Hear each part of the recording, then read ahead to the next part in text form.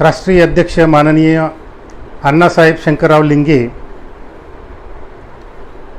त्यांचे सर्व पदाधिकारी, सर्व कार्यकर्ते आणि माझे मित्र शिवशंकरजी काहोलकर सर,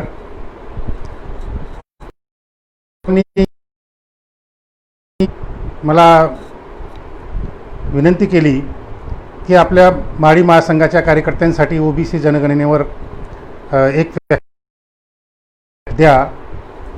मला आनंद होतो आहे की समाज बांधवांच्या समोर मला ओबीसी जनगणनेच्या विषयावर बोलायला संधी मिळते आहे. तर मित्रांनो, मुद्दा स्पष्ट करू इच्छितो की ओबीसी जनगणना हा जो विषय आहे, हा विषय अलीकडे जरी खूप परंतु तसा हा विषय फार जुना आहे आणि आपल्या घटना ज्या काही चळवळी आंदोलनं जी करत होतो त्यांना कुठेही प्रसिद्धी मिळत नसल्याने लोकांना आणि आपल्या लोकांना असं वाटत होतं की कोणी काही करत नाही, कोणी काही बोलत नाही. तर शेवटी सगळं आपली नजर प्रसिद्धी माध्यमांवर असते. दररोजच्या वर्तमानपत्रामध्ये कुठं काही आपलं आलं तर समजायचं की आपलं चालू आहे. कुठं टी व्हीवर कोणी आपला माणूस दिसला तर समजायचं की आपलं काहीतरी चालू आहे. पण जर टी व्हीवाल्यांनी ठरवून टाकलं की यांचं काही दाखवायचंच नाही तर मग काय आपले लोक काम करतच नाही का? तर असं नाही आहे. आपली ओबीसींची चळवळ सातत्याने चालू आहे, गल्लीबोळात चालू आहे. कार्यकर्ते राबत आहेत, काम करत आहेत आणि प्रत्येक तालुक्यात, प्रत्येक जिल्ह्यात आणि या गाव पातळीपर्यंत आता ओबीसी समाजाचे वेगवेगळे जातीचे कार्यकर्ते ओबीसी म्हणून आता काम करायला लागलेले आहेत मोठ्या प्रमाणात. आणि हे खूप चांगलं सुचिन्ह आहे की ओबीसी जागृत होतो आहे आपल्या हक्कांच्या प्रती. पण एवढे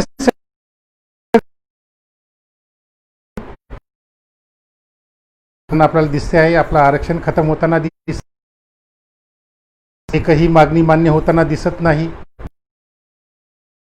अशा परिस्थितीमध्ये अनेक कार्यकर्ते निराशही होतात आणि काही होत नाही म्हणून मग दुसरीकडे कुठला तरी पर्याय शोधतात आणि प्रस्थापितांच्या संघटनेत, प्रस्थापितांच्या पक्षात जाऊन काम करायला लागतात. अर्थात तिथेही त्यांचा भ्रमनिरास होतो, हे मी काही वेगळं सांगायची गरज नाही. प्रस्थापितांच्या पक्षांमध्ये किंवा प्रस्थापितांच्या संघटनेमध्ये ओबीसी कार्यकर्त्यांचा फक्त वापर, ओबीसी नेत्यांचा फक्त वापर होतो आणि त्यांचा पुरेसा वापर झाला की त्यांना कशा पद्धतीने बाहेर फेकलं जातं, चळवळीतून, पक्षातून, संघटनेतून कसं बाहेर फेकलं जातं याचा भरपूर अनुभव आपल्या अनेक असंख्य कार्यकर्त्यांनी घेतलेला आहे. अगदी गाव पातळीपासून स्टेट लेवलवर आणि अगदी राष्ट्रीय स्तरावर सुद्धा आपल्या नेत्यांचे काय हाल झाले हे मी अनेक वेळा लिहितो पण आणि आपल्याला ते दिसतं पण. तर आता एक महत्त्वाची गोष्ट आपल्या समोर आलेली आहे की एवढी सगळी आंदोलनं करून, एवढे सगळं चळवळ करून आणि संघर्ष करून, एवढी सगळी जागृती दाखवून सुद्धा जर काही होत नसेल तर मग काहीतरी वेगळे मार्ग आपण शोधले पाहिजेत. आणि त्याच्यामध्ये मी तुम्हाला आज काहीतरी एक वेगळा मार्ग मी तुम्हाला दाखवणार आहे, सांगणार आहे. तर ओबीसी जनगणना हा आपला विषय आहे. या विषयाबद्दल आपण थोडंसं जरा अधिक माहिती घेऊया. आणि माझी सगळ्यांना विनंती आहे की मला माहिती आहे की माझं अँजिओप्लास्टीचं ऑपरेशन झालेलं असल्यामुळे मी जास्त वेळ बोलू शकणार नाही आणि तरीसुद्धा मी प्रयत्न करेल 45 मिनिटं तरी मी बोलेल आणि त्याच्यानंतर मात्र प्रश्नोत्तरं होतील. प्रश्नोत्तरामध्ये मला काही त्रास होत नाही. समोरचा व्यक्ती प्रश्न विचारतो आहे, मी तो ऐकतो आहे आणि त्याला मी हळुवारपणे माझ्या पद्धतीने उत्तर देतो आहे. तर प्रश्न अर्धा तासामध्ये अजून चालू राहील. तर सुरुवातीच्या मी 30-40 मिनिटांमध्ये मी ओबीसी जनगणनेचा विषय घेतो आहे जेणेकरून तुम्हाला तो समजावा. आता खरं म्हणजे माझं ओबीसी जनगणनेवर माझं पुस्तक 2 वर्षापूर्वी प्रकाशित झालं होतं. पहिली आवृत्ती त्याची संपली आणि दुसरी आवृत्ती पुन्हा मला प्रकाशित करावी लागली. तर ही दुसरी आवृत्ती आहे. पहिली आवृत्ती संपली, तर दुसरी आवृत्ती जी आहे ती वाढून केलेली आहे. ह्याच्यामध्ये अजून काही चार्ट मी भरलेले आहेत, काही माहिती दिलेली आहे, तक्ते आहेत आणि काही परिशिष्ट जोडलेले आहेत. त्याच्यामुळे याच्यामध्ये या दुसऱ्या आवृत्तीमध्ये अधिकची माहिती तुम्हाला मिळेल.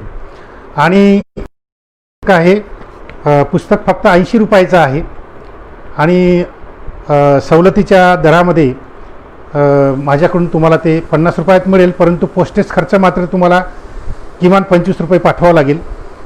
तर खर्च धरून जर केलं तर 75 रुपये किंवा 80 रुपयापर्यंत ते पुस्तक घरपोच पोस्टाने. आणि एकदम तर तुम्हाला पोस्टेजचा खर्च लागणार नाही. पोस्टेजचा खर्च आम्ही करू आणि तुम्हाला 10 प्रती आम्ही पाठवू. 50 रुपये प्रतिप्रमाणे 500 रुपयाला 10 प्रती तुम्हाला आम्ही अगदी घरपोच पाठवू. तर हे पुस्तक प्रत्येकाने वाचणं आवश्यक आहे, कारण 30-40 मिनिटाच्या भाषणामध्ये मी काही मुद्दे तुमच्यासमोर सांगेल आणि त्याच्यानंतर मग हे पुस्तक जर तुम्ही मिळवलं किंवा माझ्या प्रकाशकांकडून सुद्धा ते तुम्हाला मिळू शकतं, तर ते तिथूनही तुम्हाला मिळेल. तुम्हाला मी फेसबुकवर जाता जाता ही सगळी माहिती मी तुम्हाला देईल हे पुस्तक मिळवण्याच्या दृष्टीने. OBC हे इतकं जोरात होतं आणि मध्ये संकट आलं आणि ते पुन्हा आंदोलन जे होतं ते बंद पडलं. परंतु तरीसुद्धा आपल्या कार्यकर्त्यांनी, आपल्या संघटनांनी चिकाटी दाखवली आणि जरी करोनामुळे आपल्याला तरी फेसबुकवरून, झूम ॲपवरून मला तरी इतकं म्हणजे दर 2 दिवसाआड मला फेसबुकवर लाईव्ह स्वरूपामध्ये मला वेगवेगळ्या विषयांवर व्याख्यान द्यावं लागतं. त्याच्यामध्ये OBC जनगणना हा मुख्य विषय असतो आणि मला दर 2-3 दिवसाआड अनेक वेगवेगळ्या त्याच्यावर बोलावं लागतं. याच्यावरूनही आपल्याला एक लक्षात येतं की लोकांमध्ये इतकी जागृती आहे की ते करोनावर मात करून सुद्धा OBC जनगणनेचं आंदोलन जिवंत ठेवू इच्छितात आणि त्याचा प्रसार करू इच्छितात. ही खूप आनंदाची गोष्ट आहे. अभिनंदन करेल त्यांचं. तर हा OBC जनगणनेचा विषय आहे. आपल्या सर्वांना माहिती आहे की इंग्रजांनी जातनिहाय जनगणना सुरू केली होती. 1781ला जातनिहाय जनगणना इंग्रजांनी सुरू केली. पण ती सुरू करण्याची प्रेरणा कुठून मिळाली हे जर तुम्हाला मी सांगितलं तर तुम्हाला आश्चर्य वाटेल. जनगणना करण्याचा हा जो विषय आहे तो भारतामध्ये सर्वात प्रथम जर तो कोणी छेडला महात्मा ज्योतिराव फुलेंनी. कसा छेडला ते मी तुम्हाला थोडक्यात सांगतो. तात्यासाहेब महात्मा ज्योतिराव फुले आणि त्यांच्या कार्यकर्त्यांची सत्यशोधक समाज संघटना जी त्यांची होती, त्यांची काम करण्याची एक पद्धत होती की दिवसभर आपल्या फील्डमध्ये काम करायचं. शेतकरी असेल तर त्यांनी शेतात काम करायचं, कॉन्ट्रॅक्टर असेल त्याने आपल्या साईटवर जाऊन काम करायचं आणि हे काम करता करता आपलं सत्यशोधक समाजाचे विचार प्रसार रोजीरोटीचं काम करत असतानाही ते सत्यशोधक समाजाचं काम करायचे आणि दिवसभराचे सगळे जे अनुभव गोळा व्हायचे, कोण काय झालं, कुठे काय घटना घडली किंवा आज विशेष काही बातमी आहे का, तर हे सर्व जे काही आहे ते दिवसभरातून सगळं कलेक्ट करून हे सर्व कार्यकर्ते तात्यासाहेब महात्मा ज्योतिराव फुलेंच्या घरी रोज संध्याकाळी जमायचे, आपसात चर्चा करायचे, आज दिवसभरात कुठे काय घडलं ते सांगायचे, रिपोर्टिंग करायचे आणि वेगवेगळ्या मुद्द्यांवर मग तात्यासाहेबांशी ती चर्चा. एके दिवशी असे सगळे कार्यकर्ते एकत्र जमले आणि एका कार्यकर्त्याने वर्तमानपत्राचं एक कात्रण आणलं आणि ते त्यांनी सगळ्यांच्या समोर वाचून दाखवलं की आज विशेष अशी एक बातमी न्यूजपेपरमध्ये छापून आलेली आहे आणि मी सगळ्यांना वाचून दाखवतो असं म्हणून त्या कार्यकर्त्यांनी सगळ्यांच्या समोर मीटिंगमध्ये ते वाचून दाखवलं. फार महत्त्वाची बातमी होती. बातमीमध्ये असं म्हटलं होतं की काल पुण्यामधल्या काही विद्वान ब्राह्मणांनी, उच्च शिक्षित ब्राह्मणांनी इंग्रज सरकारकडे एक अर्ज केला. इंग्रज सरकारकडे अर्ज करताना त्यांनी काय लिहिलं की इंग्रज प्रशासनामध्ये ज्या क्लास 1 क्लास 2 अधिकाऱ्यांच्या ज्या नोकऱ्या आहेत, वर्ग 1 वर्ग 2च्या ज्या उच्च पदस्थांच्या त्या नोकऱ्या आहेत, त्या सगळ्या नोकऱ्या इंग्रज अधिकाऱ्यांना मिळतात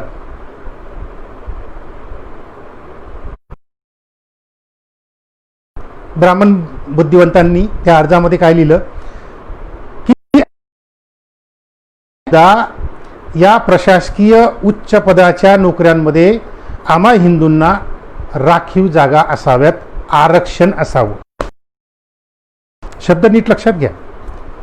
या देशामध्ये आरक्षणाची मागणी आधी सर्वात प्रथम आरक्षणाची मागणी जर कोणी केली असेल तर ती ब्राह्मण विद्वानांनी केलेली आहे आणि लिखित स्वरूपात केलेली आहे इंग्रज अधिकाऱ्यांकडे. आणि आरक्षण मागताना काय शब्द वापरला त्यांनी?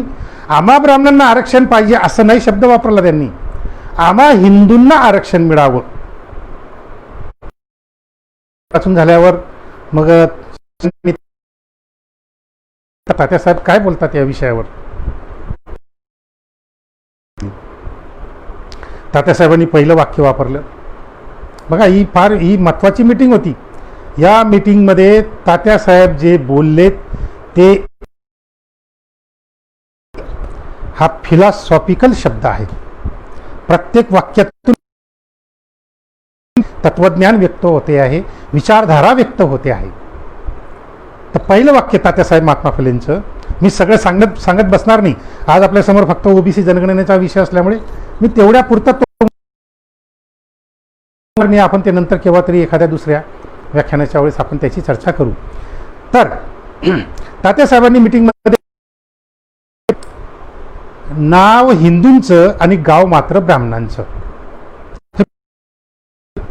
ती बातमी वाचून झाल्यानंतर तात्यासाहेबांकडे सगळ्यांनी पाहिलं. तात्यासाहेब काय बोलतात कान देऊन सगळेजण ऐकायला लागलेत. आणि तात्यासाहेबांनी पहिलं वाक्य उच्चारलं त्या बातमीच्या संदर्भात. बातमीत जे म्हटलं होतं की आम्हाला असं जे ब्राह्मण विद्वानांनी सांगितलं होतं, तर त्या वाक्यावर तात्यासाहेब म्हणतात की नाव हिंदूंचं आणि गाव मात्र ब्राह्मणांचं. याचा अर्थ असा होतो, त्याच्यातून एक सिद्धांत असा बाहेर पडतो या वाक्यातून की हिंदूंच्या नावाने ब्राह्मण आपलं भलं करू इच्छितो. नाव हिंदूंचं आणि गाव मात्र ब्राह्मणांचं. लक्षात घ्या. म्हणजे हिंदूंच्या नावाने लाभ मागायचे ते सगळे लाभ ब्राह्मणांनी बळकवायचे. हिंदू धर्माच्या नावाने म्हणजे किंवा हिंदू धर्माच्या नावाने जे जे काही चांगलं होईल ते आपोआप ब्राह्मणांना मिळतं आणि जे जे सर्व SC ST OBCच्या गळ्यात जाऊन पडतं. म्हणजे उदाहरणार्थ समजा हिंदू मुस्लिम दंगल झाली तर हिंदू मुस्लिम दंगलीचे जे काही तोटे होतात ते सगळे तोटे, कारण मरतो तो हिंदू OBC मरतो तो हिंदू दलित मरतो तो हिंदू आदिवासी मरतो, तिकडे मुस्लिम OBC मरणार, तिकडे मुस्लिम आदिवासी मरणार. तर मरणार कोण? दोन्ही धर्मातले SC ST OBC मरणार. म्हणजे हिंदू मुस्लिम दंगलीचे तोटे जर झाले तर ते दोन्ही धर्मातल्या SC ST OBCंना सहन करावे लागणार. पण हिंदू मुस्लिम दंगलीचा जर फायदा होत असेल तर तो मात्र ब्राह्मणांना मिळणार. म्हणजे दंगली झाल्यात, मेले सगळे SC ST OBC बहुजन आणि त्या दंगलींचा फायदा झाला RSSला, संघाला, भाजपला आणि ब्राह्मणांना. आज भारतीय स्तरावरची तर ती पेशवाई स्थापन झाली आहे. याचं एकमेव कारण म्हणजे त्या राम मंदिराच्या ज्या दंगली झाल्या 1990, 91, 92, 93 साली त्या हिंदू मुस्लिम दंगलीमुळे आज आपल्यावर लादली गेलेली आहे. तर तात्यासाहेबांनी हे 150-200 वर्षापूर्वी आधीच सांगितलं होतं की नाव हिंदूंचं आणि गाव मात्र ब्राह्मणांचं. वाक्य ते काय म्हणाले? मी सगळं चर्चा सांगत बसत नाही, तात्यासाहेबांची सगळी वाक्य सांगत बसत नाही. दुसरं वाक्य ते असं म्हणाले की आरक्षण हिंदू ऐवजी आरक्षण ब्राह्मणांना दिलं पाहिजे, ब्राह्मण जातीला आरक्षण दिलं पाहिजे. लक्षात घ्या, फार महत्वाचं. दुसरा सिद्धांत, पहिला सिद्धांत मी तुम्हाला सांगितला, नाव हिंदूंचं गाव ब्राह्मणांचं. आता दुसरा सिद्धांत, दुसऱ्या वाक्यातून दुसरा सिद्धांत निर्माण झाला की ब्राह्मण जातीला आरक्षण दिलं पाहिजे, हिंदू म्हणून नाही. ब्राह्मण जातीला आरक्षण देण्याचा अर्थ असा होतो की ब्राह्मण जातीला आरक्षणाच्या कप्प्या बंद करा आणि इतर अतिशूद्र जातींपासून हे आरक्षणाचे लाभार्थी ब्राह्मण असं म्हणून त्यांना वेगळं काढायचं आणि हे ब्राह्मण वेगळे आहेत असं आणि त्यांना आरक्षणाच्या कप्प्यात बंद करायचं. बघा, फार महत्त्वाचा सिद्धांत आहे. SC ST OBC पासून किंवा हिंदू मनवणाऱ्या त्या हिंदू मनवणाऱ्या SC ST OBC जातींपासून ब्राह्मणांना जर करायचं असेल, पोलरायझेशन जर करायचं असेल, तर पोलरायझेशन करताना ब्राह्मण हा वेगळा निघाला पाहिजे आणि सगळे अब्राह्मण हे एका बाजूला झाले पाहिजेत.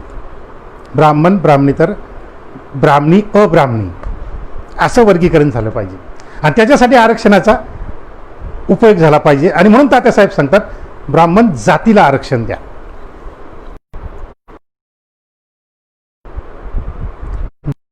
सिद्धांत आले. तिसरा सिद्धांत तात्यासाहेब सांगतात की ब्राह्मणांना आरक्षण देताना, ब्राह्मण जातीला आरक्षण देताना संपूर्ण भारताची जनगणना करा आणि भारताची जनगणना केल्यानंतर त्याच्यात ब्राह्मणांची जेवढी लोकसंख्या असेल त्या लोकसंख्येच्या प्रमाणात ब्राह्मणांना आरक्षण देऊन टाका. म्हणजे समजा ब्राह्मणांची लोकसंख्या 3.5% तर 3.5% आरक्षण देऊन टाका. 5% आरक्षण असेल, 5% संख्या असेल, लोकसंख्या असेल ब्राह्मणांची, ठीक आहे, त्यांना 5% आरक्षण देऊन टाका. मला सांगणार नाही कारण आपल्याजवळ वेळ कमी आहे. ते नंतर मी या सगळ्याचं विश्लेषण मी नंतर केव्हा तरी करेन. फक्त एकच महत्त्वाचा मुद्दा आहे की तात्यासाहेबांनी जनगणना करायला सांगितली आणि इंग्रज राज्यकर्ते जे होते त्यावेळी या इंग्रज राज्यकर्त्यांचं समाज सुधारकांवर फार बारीक लक्ष असायचं. समाज क्रांतिकारक जे होते तात्यासाहेबांसारखे त्यांच्यावर फार बारीक लक्ष असायचं. हे काय बोलतात, हे काय सांगतात, काय मुद्दे फार काळजीपूर्वक ऐकायचे. राजाराम मोहन रायने सांगितलं, राजाराम मोहन राय समाज सुधारक, त्यांनी सांगितलं बंद केली पाहिजे. लगेच इंग्रजांनी मनावर घेतलं आणि सतीप्रथेचा बंदीचा कायदा केला. सतीप्रथा बंद. तात्यासाहेब महात्मा फुले इतक्या गोष्टी सांगितल्यात की इंग्रज प्रभावित झालेत आणि इंग्रजांनी कधी कोणाचा सत्कार नाही केला भारतामध्ये त्या काळात. पण तात्यासाहेब महात्मा फुलेंचा सत्कार भारतामध्ये पहिल्यांदा इंग्रज राज्यकर्ते तात्यासाहेब महात्मा फुलेंचा सत्कार, शाल अंगावर टाकली आणि तात्यासाहेबांचा मान सन्मान केला, सत्कार केला इंग्रज अधिकाऱ्यांनी. लक्षात घ्या. त्याचं कारण हे होतं की इंग्रज हे उदार आणि सर्वात महत्त्वाचं म्हणजे युरोपमध्ये म्हणजे इंग्लंड, अमेरिका वगैरे सगळ्या युरोप खंडामध्ये रेनेसान्स मुवमेंट झालेली होती. प्रबोधनाची महाचळवळ की ज्या प्रबोधनाच्या चळवळीमुळे तिथले जे सरंजामी व्यवस्था शाही जी होती, जमीनदारशाही जी होती, ती जमीनदारशाही सामंतशाही नष्ट केली जनतेने. आणि ज्या काही जुन्या चालीरीती होत्या, जुन्या प्रथा होत्या, रूढी होत्या, चर्चच्या नावाने ज्या काही गुलामगिरी लादलेल्या होत्या, प्रभूच्या नावाने, चर्चच्या नावाने जी काही धार्मिक गुलामगिरी तेथील जनतेवर लादली गेली होती, ती गुलामगिरी या प्रबोधनाच्या क्रांतीने तिथल्या भांडवलदार लोकांनी नष्ट केली. ते जे उगवते भांडवल कारखानदार होते त्यांनी ही रेनेसान्स मुवमेंट सुरू केली. त्यांनी त्या रेनेसान्स मुवमेंटला पैसा दिला, त्यांचं नेतृत्व आणि लोकांना जुन्या धर्माच्या गुलामगिरीतून बाहेर काढलं आणि एक नवा समाज होता. आणि मग त्याच्यातून अनेक लोकांना हिंदू वेगवेगळ्या विषयांवर चर्चा करायला लागलेत. ही वीज का कडाडते, लक्षात घ्या. ही वाफ वर येताना ते भांड का झाडावरून खाली झाडावरून फळ तुटताना ते खालीच का बरं येतं, वरती का जात नाही, अशा वेगवेगळ्या विषयांवर ते जे गुलामगिरीतून मुक्त झालेले मेंदू होते, ते मेंदू विचार करायला लागलेत आणि त्या संशोधन पुढे आलं आणि मग वैज्ञानिक शोध लागलेत आणि त्या वैज्ञानिक शोधातून मग यंत्र निर्माण झालेत, मोठमोठे अवजड यंत्र निर्माण झालेत आणि प्रोडक्शन वाढलं आणि औद्योगिक क्रांती झाली आणि त्याच्यातून लोकशाही क्रांती झाली आणि आज युरोप जे एक नंबरला आहे ते त्याच्या केवळ या एका कारणामुळे प्रबोधनाची क्रांती झाली, उदारमतवाद आला, लोकशाही आली आणि त्याच्यामुळे मग त्यांची प्रगती झाली. तर ते रेनेसन्स मुवमेंटचा अनुभव घेऊन इंग्रज राज्यकर्ते असल्यामुळे ते भारतात आल्यानंतर त्यांनी इथल्या रेनेसन्स मुवमेंटला बढावा देण्यासाठी, इथल्या रेनेसन्स मुवमेंटला सगळ्या समाज सुधारकांना मदत केली, आर्थिक मदत केली, त्यांचा मान सन्मान केला, त्यांचं स्टेटस वाढवलं आणि अनेक इंग्रज अधिकाऱ्यांनी आणि मग ते समाज सुधारक, समाज क्रांतिकारक जे जे काही सांगत गेलेत, लिहित गेलेत, बोलत गेलेत, त्याप्रमाणे इंग्रज अधिकारी काम करत गेलेत.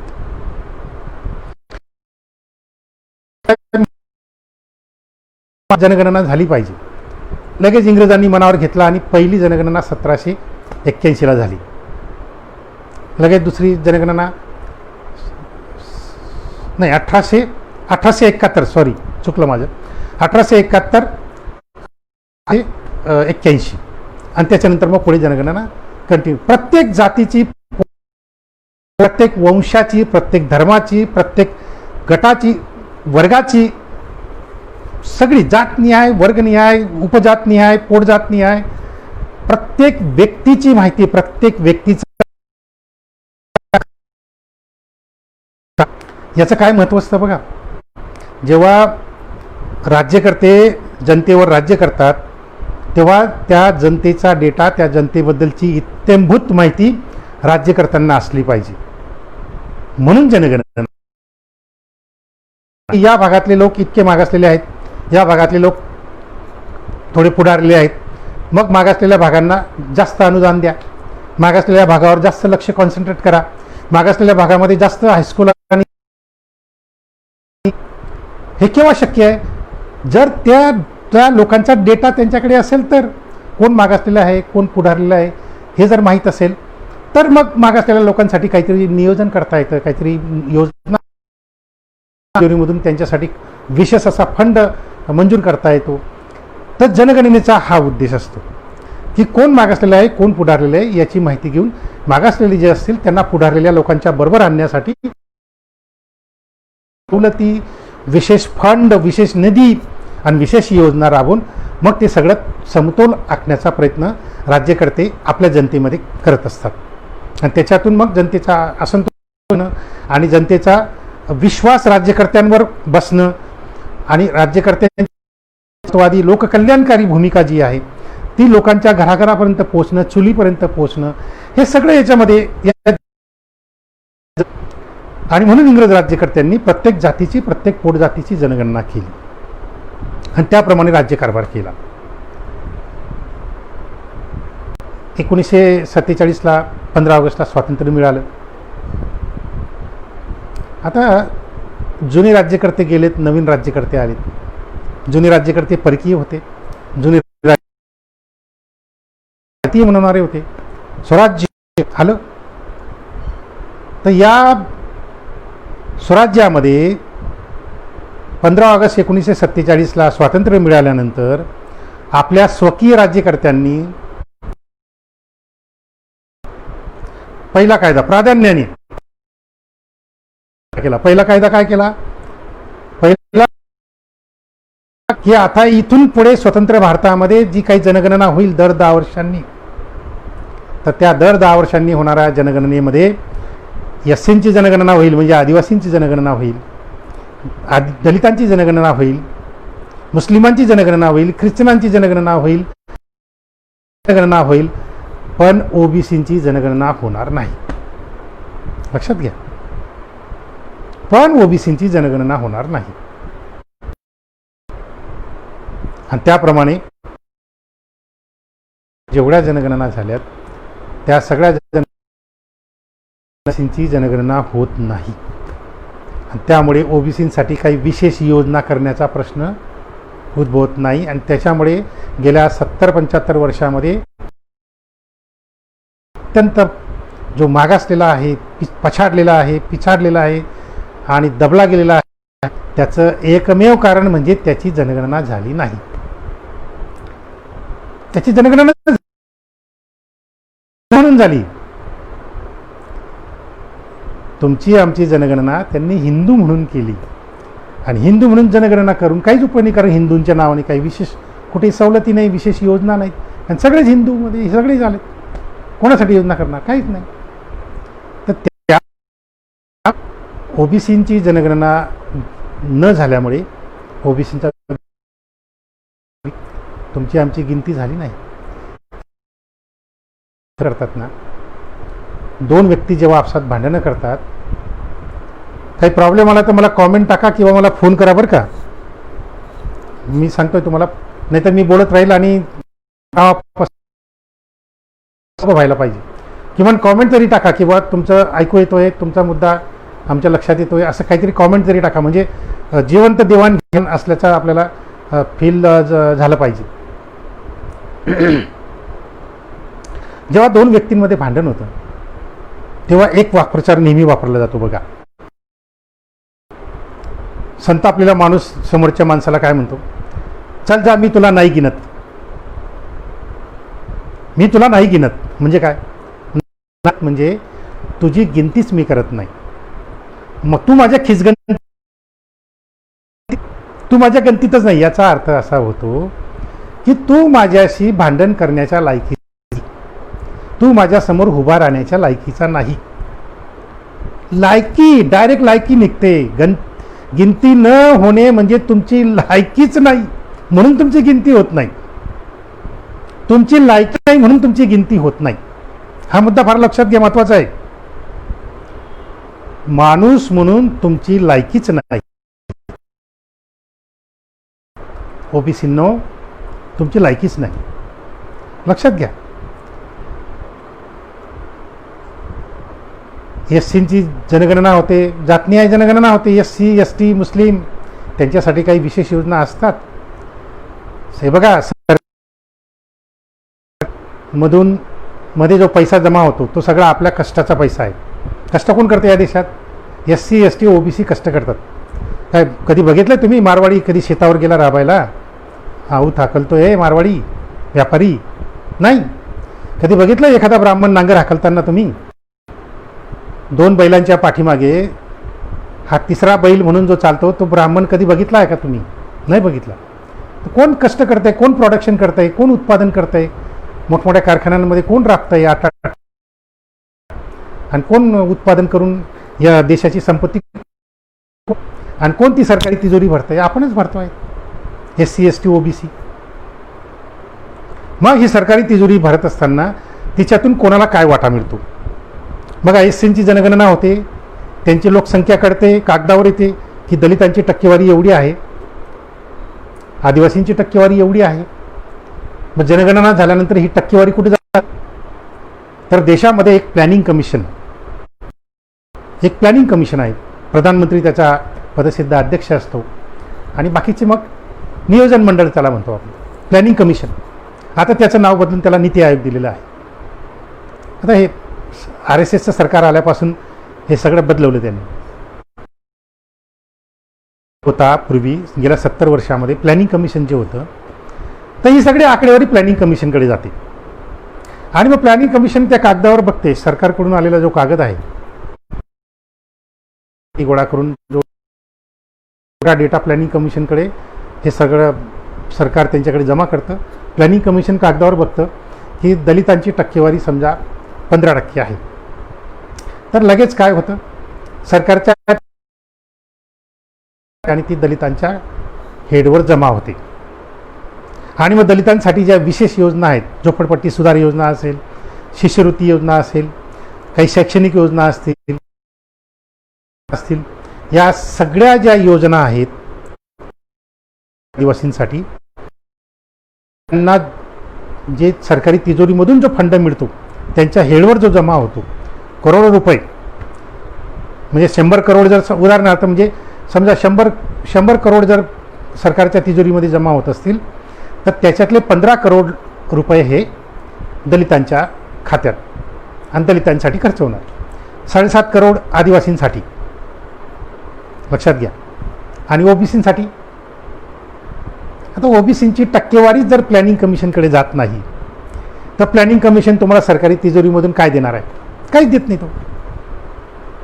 आता अलीकडे ओबीसी जागृत झाला आणि म्हणून लाजेकाजेस्तव त्यांना काही पैसे तुम्हाला भीक म्हणून देतात. ते काय म्हणतात, तुमची टक्केवारी आमच्याकडे नाही त्यामुळे आम्ही तुम्हाला पैसे देत नाही, पण तुमची दया येते, आम्हाला तुमची दया येते म्हणून तुम्हाला थोडीशी भीक आम्ही वाढतो आणि म्हणून काहीतरी 60-70 कोटी रुपये तुम्हाला ते देतात. भारताचे एकूण जे बजेट आहे ते साधारणतः 25 लाख करोड, लक्षात घ्या, 25 लाख करोड एवढं बजेट साधारणतः दरवर्षाचं असतं भारताचं. तर ते त्याच्यातून तुम्हाला किती देतात? 25 लाख करोडमधून 50-60 करोड देतात आणि ते बी वळते करून घेतात. मी सगळी आकडेवारी इथं मांडलेली आहे, लक्षात घ्या, सगळी आकडेवारी मी इथं मांडलेली आहे. त्यामुळे हे पुस्तक तुमच्याकडे असणं फार आवश्यक आहे. हे बघा मी हा जो चार्ट दिलेला आहे तर 2000 हे बघा 79-80 आणि थांबा एक मिनटं, हे बघा शिष्यवृत्तीचा एक तक्ता दिलेला आहे मी इथं. या शिष्यवृत्तीच्या तक्त्यामध्ये बघा 2014-15ला 559 कोटी शिष्यवृत्तीसाठी ओबीसींच्या शिष्यवृत्तीसाठी मंजूर झालेले होते. 2014-15 संघ RSSचं सरकार आलं, भाजपाचं सरकार आलं आणि कमी कमी होत 2017 आणि 18ला फक्त 54 कोटी रुपये मिळाले आणि तेही अजून प्रत्यक्ष विद्यार्थ्यांच्या हातात नाही आहेत, ते वळवले गेले दुसरीकडे. आणि नंतरचे मग 17-18 नंतर तर काहीच नाही, मग एक छदाम पण नाही. लक्षात घ्या, ओबीसींसाठी पैसे देणं पूर्णपणे बंद झालेलं आहे, लक्षात घ्या, बंद झालेलं आहे. त्यामुळे तुमची गिनतीच होत नाही, तुमची लायकीच नाही. बघा, तर तुम्हाला कसं मिळालं? तुमची लायकीच नाही, काही तुम्हाला द्यायची लायकीच नाही, तुमची गिनतीच नाही, खिचगंतीतच नाही तुम्ही कोणाच्या. तर हे जे भयंकर परिणाम गेल्या 70 वर्षामध्ये होत आहेत. बरं, आपण काही प्रयत्न केला नाही का? आपण प्रयत्न केलेत, आंदोलनं केली, चळवळी केल्यात, प्रसिद्धी माध्यमं त्यांना प्रसिद्धी देत नाही, त्यामुळे एका तालुक्यात एका जिल्ह्यात काय चाललं आहे ते दुसऱ्या जिल्ह्याला कळत नाही. त्या जिल्ह्याच्या लोकांना असं वाटतं की अरे काहीच होत नाही आहे, कुठंच आंदोलन होत नाही, त्यामुळे तेही चूप बसतात, तेही शांत बसतात. बघा, ओबीसी हा प्रचंड ताकदवर समाज घटक आहे. तुम्हाला त्याचं उदाहरण देतो मी. आता आपल्याकडे काही अति हुशार लोक आहेत की जे नेहमी ओबीसींना टिंगटवाडी करतात. ओबीसींची हे ओबीसी असेच आहेत, जागृत नाहीत, ब्राह्मणांचे गुलाम आहेत, हे काय यांच्याने काय होणार आहे, आणि ओबीसी म्हणून तुम्हाला शून्य किंमत देतात. ते तुमची टिंगलटवाडी करतात, तुमच्या येता जाता तुमच्या याच्यावर डोक्यावर टपली मारतात, हे ओबीसी असे, हे ओबीसी तसे. पण लक्षात घ्या, ओबीसींची ताकद किती प्रचंड मोठी आहे याची मी 1-2 उदाहरणं देतो मी तुम्हाला. फार पहिलंच उदाहरण देतो. भारताला स्वातंत्र्य मिळालं, राज्यघटना लागू झाली 26 जानेवारी 1950ला. 26 जानेवारी 1950ला संविधान लागू झाल्यानंतर आरक्षण पण लागू झालं SC STंना आणि तामिळनाडूमध्ये काही ओबीसी समाज घटकांना, लक्षात घ्या. आणि 26 जानेवारी 1950ला आरक्षण लागू झालं भारतीय संविधानाच्या सोबत. आणि 1 वर्षाच्या आत एक ब्राह्मण माणूस सुप्रीम कोर्टात गेला आणि त्याने स्टे नाही आणला, त्याने डायरेक्ट आरक्षणच रद्द करून आणलं. सुप्रीम कोर्टाने डायरेक्ट आरक्षणच रद्द करण्याचा निर्णय दिला की SC STंचं सगळ्यांचं आरक्षण रद्द. 1 वर्षाच्या आत 1950ला भारतीय राज्यघटना लागू झाली, 1950ला आरक्षणही लागू झालं आणि 1 वर्षाच्या आत 1951ला सुप्रीम कोर्टाचा निकाल आला आणि 1 वर्षाच्या आत आरक्षण बंद. त्यावेळेस तामिळनाडूच्या ओबीसींनी इतकं उग्र आंदोलन केलं तर नेहरू सरकार त्या ओबीसींच्या आंदोलनाला घाबरलं आणि ताबडतोब पार्लमेंटची मीटिंग बोलवली, अधिवेशन बोलवलं पार्लमेंटचं, आणि पार्लमेंटच्या अधिवेशनमध्ये कायदा मंजूर केला आणि 15/4/16 जोडलं. भारतीय संविधानामध्ये जे 15/4/16 कलम आलेलं आहे, आरक्षणाला संरक्षण देणारं, ते कलम केवळ ओबीसींमुळे आलेलं आहे. ही ओबीसींची ताकद आहे. कोणी आंदोलन केलं नाही त्या काळामध्ये आरक्षण वाचवण्यासाठी, कोणीच आंदोलन नाही केलं. फक्त ओबीसींनी आंदोलन केलं, यशस्वी झालं. पार्लमेंटला कायदा मंजूर करून सुप्रीम कोर्टाला बाजूला बसवलं, सुप्रीम कोर्टाचा निर्णय रद्द करून आणला. ही ओबीसींची ताकद आहे आणि ती वारंवार दाखवली ही ओबीसींनी. अगदी इतिहास काळामध्ये तर भरपूर उदाहरणं आहेत, मी सगळी सांगत बसत नाही आता. हां, त्या पेशवाला पडता भुईत थोडं केलं तर त्यावेळीचे ओबीसी आपले यशवंतराव होळकर धनगर समाजाचे अक्षरशः कुत्र्यासारखा जीव मुठीत घेऊन पडत फिरत होता बाजीराव पेशवा. कोणाला घाबरून? त्या यशवंत होळकरांना घाबरून, धनगर माणसाला घाबरून. आणि त्या काळामध्ये हे सगळे मराठा सरंजामदार हे या पेशव्यांचे मांडलिक होते, गुलाम होते. एकाही मराठा सरंजामदाराने पेशव्यांच्या विरोधात बंड केलं नाही. बंड केलं ते पहिल्यांदा ओबीसीने बंड केलं पेशवाईच्या विरोधात, आणि त्याच्यानंतर महार रेजिमेंटने बंड केलं. लक्षात घ्या. तर ही ओबीसींची ताकद आहे. इतिहासामध्ये अनेक उदाहरणं आहेत, अगदी बौद्ध काळाच्याही पूर्वीपासूनची उदाहरणं आहेत, अगदी बळीराजापासूनची उदाहरणं आहेत. ती सगळी सांगत बसत नाही मी. मंडल आयोग लागू झाल्यानंतर जी प्रचंड ओबीसीमध्ये जागृती आली पूर्ण देशभर, त्याच्या परिणामी बहुजन समाज पक्ष सत्तेत आला.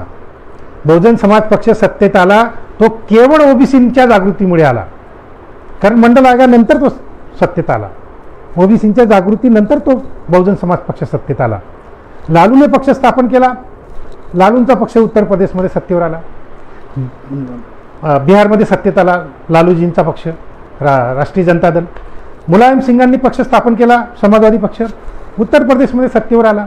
इकडे आपले उपमुख्यमंत्री म्हणून का होईना पण भुजबळ साहेब उपमुख्यमंत्री झाले. कोणामुळे झाले? ओबीसी जागृतीमुळे झाले. लक्षात घ्या, ओबीसी जागृतीमुळे उपमुख्यमंत्री झाले. आणि त्या काळामध्ये 9 राज्यांमध्ये ओबीसी मुख्यमंत्री होते.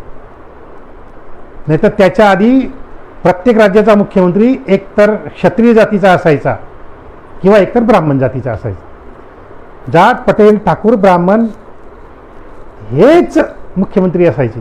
पण मंडल आयोग लागू झाला आणि ओबीसी माणसं मोठ्या प्रमाणात मुख्यमंत्री व्हायला लागलेत, उपमुख्यमंत्री व्हायला लागलेत, स्वतःचे पक्ष सत्तेवर यायला लागलेत. स्वतःचे पक्ष तर आणलेत. बहुजन समाज पक्षासारखा एससींचा पक्ष, दलितांचा पक्ष पण ओबीसींनी सत्तेवर आणला. पण विडंबना ही आहे, लक्षात घ्या, बहुजन समाज पक्ष सत्तेवर आला आणि बहुजन समाज पक्षाने सांगितलं काय बाहेर की ब्राह्मणांमुळे आम्ही सत्तेवर आलो. बघा गद्दारी किती आहे बघा. ब्राह्मणांमुळे आम्ही सत्तेवर आलो.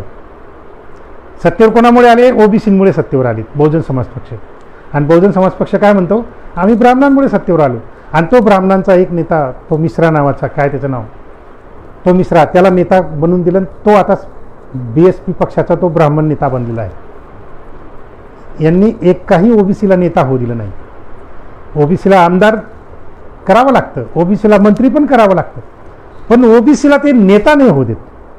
नेता बनायच्या मार्गात तो आला ओबीसी की लगेच त्याचं लगेच खच्चीकरण होतं. एक तर त्याला जेलमध्ये टाकतात, एक तर त्याला अपघात करून मारून टाकतात, गोळ्या घालून ठार करून टाकतात, नाही तर त्याला पक्षातून बाहेर काढून देतात. पक्षातून बाहेर काढलं जातं. आणि मग नाईलाज असतो मग हे सगळे ओबीसी, मग कोणी काँग्रेसमध्ये जातं, कोणी BJPत जातं, कोणी कुठे जातं, कोणी कुठे जातं, नाईलाज असतो. तर ओबीसीला नेता होऊ दिलं जात नाही, हे लक्षात घ्या. पक्ष कोणताही असो, राष्ट्रवादी काँग्रेस असो, भारतीय काँग्रेस असो, शिवसेना असो, BJP असो, हे सगळे पक्ष, आपल्या पक्षामध्ये कोणीही माणूस ओबीसी नेता व्हायला नको. ओबीसी आमदार झाला चालेल, ओबीसी मंत्री झाला चालेल, पण ओबीसी माणसाने नेता होता कामा नये. आणि तो नेतापणाच्या मार्गात आला की मग त्याचं खच्चीकरण तुम्हाला माहिती आहे. आता ते खडसे, मुंडे, पंकजा वगैरे ते सगळं मी तुम्हाला काही सांगण्याची गरज नाही. तुम्ही सगळ्या डोळ्यांनी बघतायत कसे सडत पडलेले आहेत सगळे ओबीसी नेते. सडत पडलेले, अक्षरशः सडत आहेत. वास येतोय त्यांच्या, या सगळ्या ओबीसी नेत्यांचा वास येतोय, दुर्गंधी सुटलेली सगळीकडे. सगळ्यात चळवळीचं आणि देशाचं नुकसान होतं या ओबीसी नेत्यांमुळे, लक्षात घ्या. तर ही ओबीसीची ताकद आहे, लक्षात घ्या. ही ओबीसीची राजकीय जागृतीची ताकद आहे. ती तुम्हाला नीट कॅश करता येत नाही, ती तुम्हाला नीट उपयोगात आणता येत नाही. ओबीसी लोक तुम्हाला आमदार बनवतात, ओबीसी लोक तुम्हाला मंत्री बनवतात, उपमुख्यमंत्री बनवतात, मुख्यमंत्री बनवतात, पण तुम्हाला अक्कल नाही की ही ओबीसीची वोट बँक कशी जतन करायची, कशी मोठी करायची, कशी वाढवायची, हे त्यासाठी काय केलं पाहिजे. काही नाही. बस सत्ता मिळाली की पैसे कमवायचे, सत्ता मिळाली की पैसे कमवायचं. कोणी काय चिक्की खाणार, कोणी काय जमीन हडप करणार, कोणी कारखाने अगदी परदेशात कंपन्या विकत घेणार. आणि ओबीसी गेला खड्ड्यात, त्याला शिष्यवृत्ती नाही मिळाली, काही चिंता नाही. हे ओबीसी वित्त महामंडळ 3 वर्षापासून त्याला अध्यक्षच नाही आहे ओबीसी वित्त महामंडळाला. कोणी बोलताय ओबीसी नेता, कोणी ओबीसी आमदार, ओबीसी खासदार, ओबीसी मंत्री बोलताय, कोणी विधानसभेत, लोकसभेत कोणी बोलतंय. त्या सारथीला आतापर्यंत 100 कोटी रुपये मिळालेत, मराठ्यांच्या सारथीला 100 कोटी रुपये मिळालेत. आणि त्या सारथीच्या वेळेसच महाज्योतीचा जन्म झाला. ओबीसीची महाज्योती कागदावरच आहे, अजून कोणी पदाधिकारी नाही. महाज्योतीचा कोणी अध्यक्ष नाही, उपाध्यक्ष नाही, सेक्रेटरी नाही, शिपाई नाही, कपाट नाही, टेबल नाही, खुर्ची नाही, काहीच नाही. कागदावरती महाज्योती आहे. आणि त्याच वेळेस ती सारथीचा जन्म झाला आणि लगेच तिला 100 कोटीच्या रुपये मिळाले. आता मागच्या महिन्यात अजित पवारांनी SC ST ओबीसींचे 8 कोटी रुपये, SC ST ओबीसींच्या हक्काचे 8 कोटी रुपये समाज कल्याणमधून काढलेत आणि सारथीला देऊन टाकलेत, मराठ्यांना देऊन टाकलेत. कोण ओबीसी नेता बोलतंय, कोण ओबीसी मंत्री बोलतंय विधानसभेत, उघडतंय का एकाचं तरी तोंड. हे सगळे सडलेले गळलेले सगळे हे ओबीसी नेते आहेत.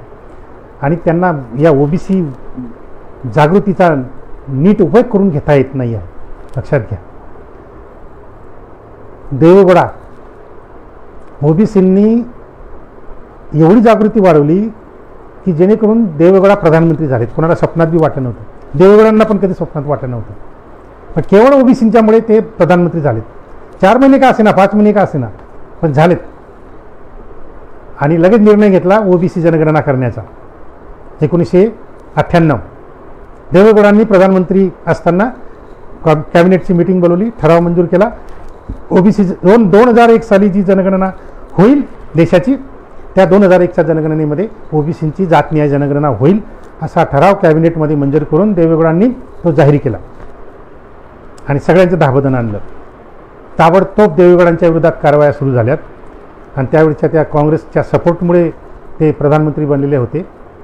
काँग्रेसने सांगितलं देवेगौडांना, आणि मग ते गुजराल नावाचे प्रधानमंत्री काही महिन्यासाठी आणले गेले. आणि त्याच्यानंतर मग ते सरकार पण पुन्हा पाडलं काँग्रेसने. आणि मग काँग्रेस आणि भाजपने एकत्र येऊन अटल बिहारीचं लंगडं सरकार 1999 साली आणलं.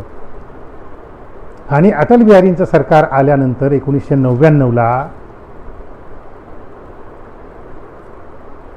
लालकृष्ण अडवाणी उपप्रधानमंत्री झालेत, गृहमंत्री होते ते. त्यांनी पत्रकार परिषद घेऊन घोषणा केली होती अडवाणींनी की आम्ही ओबीसींची जनगणना करणार 2001च्या याच्यात. देवेगौडांच्या कायद्यानुसार देवेगौडाने जो कायदा मंजूर केलेला आहे जनगणनेचा, ओबीसी जनगणनेचा, त्याच्याप्रमाणे भाजपचं सरकार, NDAचं सरकार जनगणना करेल असं अडवाणींनी जाहीर पत्रकार परिषदेत सांगितलं. आणि त्याच्यानंतर मग अडवाणींची गच्छंती सुरू झाली. अडवाणीवरचं संकट आलं आणि ते नंतर त्यांची गच्छंती सुरू झाली केवळ ओबीसी जनगणनेची घोषणा केल्यामुळे. आणि तिकडे अडवाणी पत्रकार परिषदेत ओबीसी जनगणनेची घोषणा करतायत आणि इकडे प्रधानमंत्री अटल बिहारी वाजपेयी त्यावेळचे यांनी कॅबिनेटची मीटिंग बोलवली. ताबडतोब कॅबिनेटची मीटिंग बोलवली. कॅबिनेटच्या मीटिंगमध्ये ठराव काय मांडला की देवेगौडांनी जो ठराव मंजूर केलेला आहे जनगणनेचा, ओबीसी जनगणनेचा, तो ठराव आम्ही रद्द करतो आहोत. ओबीसी जनगणना होणार नाही असा ठराव अटल बिहारी वाजपेयींनी कॅबिनेटमध्ये मंजूर करून घेतला आणि ओबीसी जनगणना 2001 साली होऊ दिली नाही अटल बिहारी. म्हणजे नेहरू सरकारला जी घाई लागली होती 1947ला की मी प्रधानमंत्री बनेल आणि केव्हा मी ओबीसी जनगणना रद्द करणार, कायदा करणार. तर नेहरूंनी 6 महिन्याच्या आत ओबीसी जनगणना बंद करण्याचा कायदा घाई करतीने नेहरूंनी केला. तेवढीच घाई अटल बिहारींना 1999 साली आणि लगेच त्यांनी म्हणजे एकीकडे उपप्रधानमंत्री अडवाणी ओबीसी जनगणनेची घोषणा करतायत आणि त्याच वेळेस इकडे कॅबिनेट मंत्री मंडळाची बैठक घेऊन अटल बिहारी वाजपेयी ओबीसी जनगणना रद्द करतायत. बघा फार म्हणजे ओबीसी जनगणनेमध्ये असं काय आहे बाबा की तुम्हाला ताबडतोब कॅबिनेटच्या बैठका घ्याव्या लागतात आणि ते ओबीसी जनगणना रद्द करावी लागते. असा काय ॲटम बॉम्ब आहे ओबीसी जनगणनेमध्ये. लक्षात घ्या, मंडल आयोगामध्ये फक्त एकच शिफारस लागू केली V P सिंगांनी. V P सिंगांचं Janata Dal सरकार जे होतं ते ओबीसी डॉमिनेटेड होतं. ओबीसींचं वर्चस्व त्या सरकारवर होतं. ओबीसीचे आमदार, ओबीसींचे खासदार, ओबीसींचे मंत्री ते दबाव आणत होते आणि मग ते ओबीसी डॉमिनेटेड सरकार असल्यामुळे जनता दलाला मंडल आयोगाची पहिली शिफारस लागू करावी लागली. लक्षात घ्या. आणि तेही व्ही पी सिंगांचं सरकार पडण्याच्या आधी ताबडतोब लागू करा म्हणून दबाव आणला गेला आणि मग त्याप्रमाणे व्ही पी सिंगांनी मंडल आयोगला पहिली शिफारस लागू केली. आणि त्याच्यामागे व्ही पी सिंगांचं गणित होतं एक, कारण ओबीसींची पुरेशी जागृती झालेली आहे. मी जर मंडल आयोगाची एक शिफारस लागू केली आणि जरी सरकार पडलं तरी नंतर ज्या निवडणुका होतील त्या निवडणुकांमध्ये मला ओबीसी पुन्हा वोटिंग करतील आणि मला पुन्हा प्रधानमंत्री बनवतील. हा जो व्ही पी सिंगांचा आणि त्यावेळेचा ओबीसी नेत्यांचा जो अंदाज होता तो बरोबर होता आणि तो घटनेप्रमाणे सुसंगत होता. लक्षात घ्या. पण या सगळ्या लोकांना म्हणजे हे सगळे जे ओबीसी डॉमिनेटेड जनता दलामध्ये जे होते हे ओबीसी वादी होते, ओबीसी अभ्यासक होते, परंतु हे फुले आंबेडकरवादी नव्हते. माझा मुद्दा लक्षात घ्या. जनता दलाच्या सरकारमध्ये ओबीसी डॉमिनेशन होतं, ओबीसी खासदार, ओबीसी मंत्री. पण या ओबीसी नेत्यांना फुले आंबेडकर माहीत नव्हते.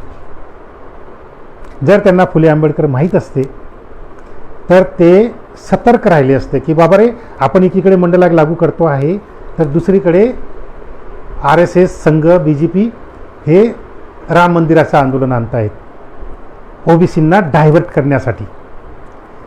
आपण मंडल आणतोय तिकडे ते कमंडल आणतायत आणि आपला जो भोळा भाळा ओबीसी आहे जरी तो जागृत असला तरी तो धार्मिकदृष्ट्या भोळा असल्यामुळे तो मंडलकडे जाण्याच्या ऐवजी कमंडलकडे जाईल याचा अंदाज या ओबीसी नेत्यांना आणि खुद्द व्ही पी सिंगांना पण आला नाही, कारण ते फुले आंबेडकरवादी नव्हते म्हणून तो आला नाही. लक्षात घ्या. हे सगळे समाजवादी होते. म्हणजे लालू प्रसाद यादव, मुलायम सिंग वगैरे वगैरे हे सगळे जे काही ओबीसी डॉमिनेटेड जे होते हे सगळे समाजवादी होते. हे फुले आंबेडकरवादी नव्हते. त्यामुळे त्यांना संघ भाजपचा ब्राह्मणी कावा त्यांच्या लक्षात आला नाही. कारण ब्राह्मणी कावा जर समजून घ्यायचा असेल तर फक्त तात्यासाहेब महात्मा फुले आणि बाबासाहेब आंबेडकर आणि शाहू महाराज आणि नेमकं फुले शाहू आंबेडकरांचा अभ्यास या समाजवादी पक्षाच्या ओबीसी नेत्यांजवळ नव्हता आणि व्ही पी सिंगांजवळ पण नव्हता. व्ही पी सिंग शेवटी काँग्रेसमधून आलेले, ते भांडवलदारी विचारसरणीतून आलेले. लक्षात घ्या. भांडवली लोकशाही विचारसरणीतून तर आलेले. त्यांना फुले आंबेडकरही माहीत नव्हतं आणि बाकीचं काहीच माहीत नव्हतं. पण हे ओबीसी नेते काहीतरी चांगलं सांगतायत आणि आपलं पुढचं सरकार स्वतःच्या बळावर येईल म्हणून मंडल आयोग लागू केला पाहिजे एवढं व्ही पी सिंगांना कळत होतं आणि ते बरोबर होतं. पण फुले आंबेडकरवादी नसल्यामुळे त्यांचा अंदाज चुकला आणि कमंडलचं राजकारण आलं आणि आपला भोळा भाळा ओबीसी जो होता तो मंडलच्या मागे न जाता कमंडलच्या मागे गेला आणि ते व्ही पी सिंगांचं सरकार पडलं आणि त्या ज्या काही दंगली पूर्ण देशभर झाल्या त्याच्यामुळे भाजप संघाचं वजन वाढलं. लक्षात घ्या. पण तरीसुद्धा नंतरच्या काळामध्ये काँग्रेसही लंगडी झाली. सरकार देशामध्ये 25 वर्ष राजकीय अस्थिरता होती, ती केवळ ओबीसींच्या जागृतीमुळे. लक्षात घ्या.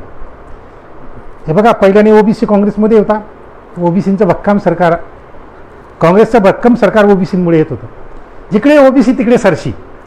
ओबीसी काँग्रेसमध्ये आहे, काँग्रेसचं मजबूत सरकार येत होतं या देशामध्ये. ओबीसी काँग्रेसमधून सरकला बाहेर आणि काँग्रेस खतम होण्याच्या मार्गावर आली केवळ ओबीसींमुळे.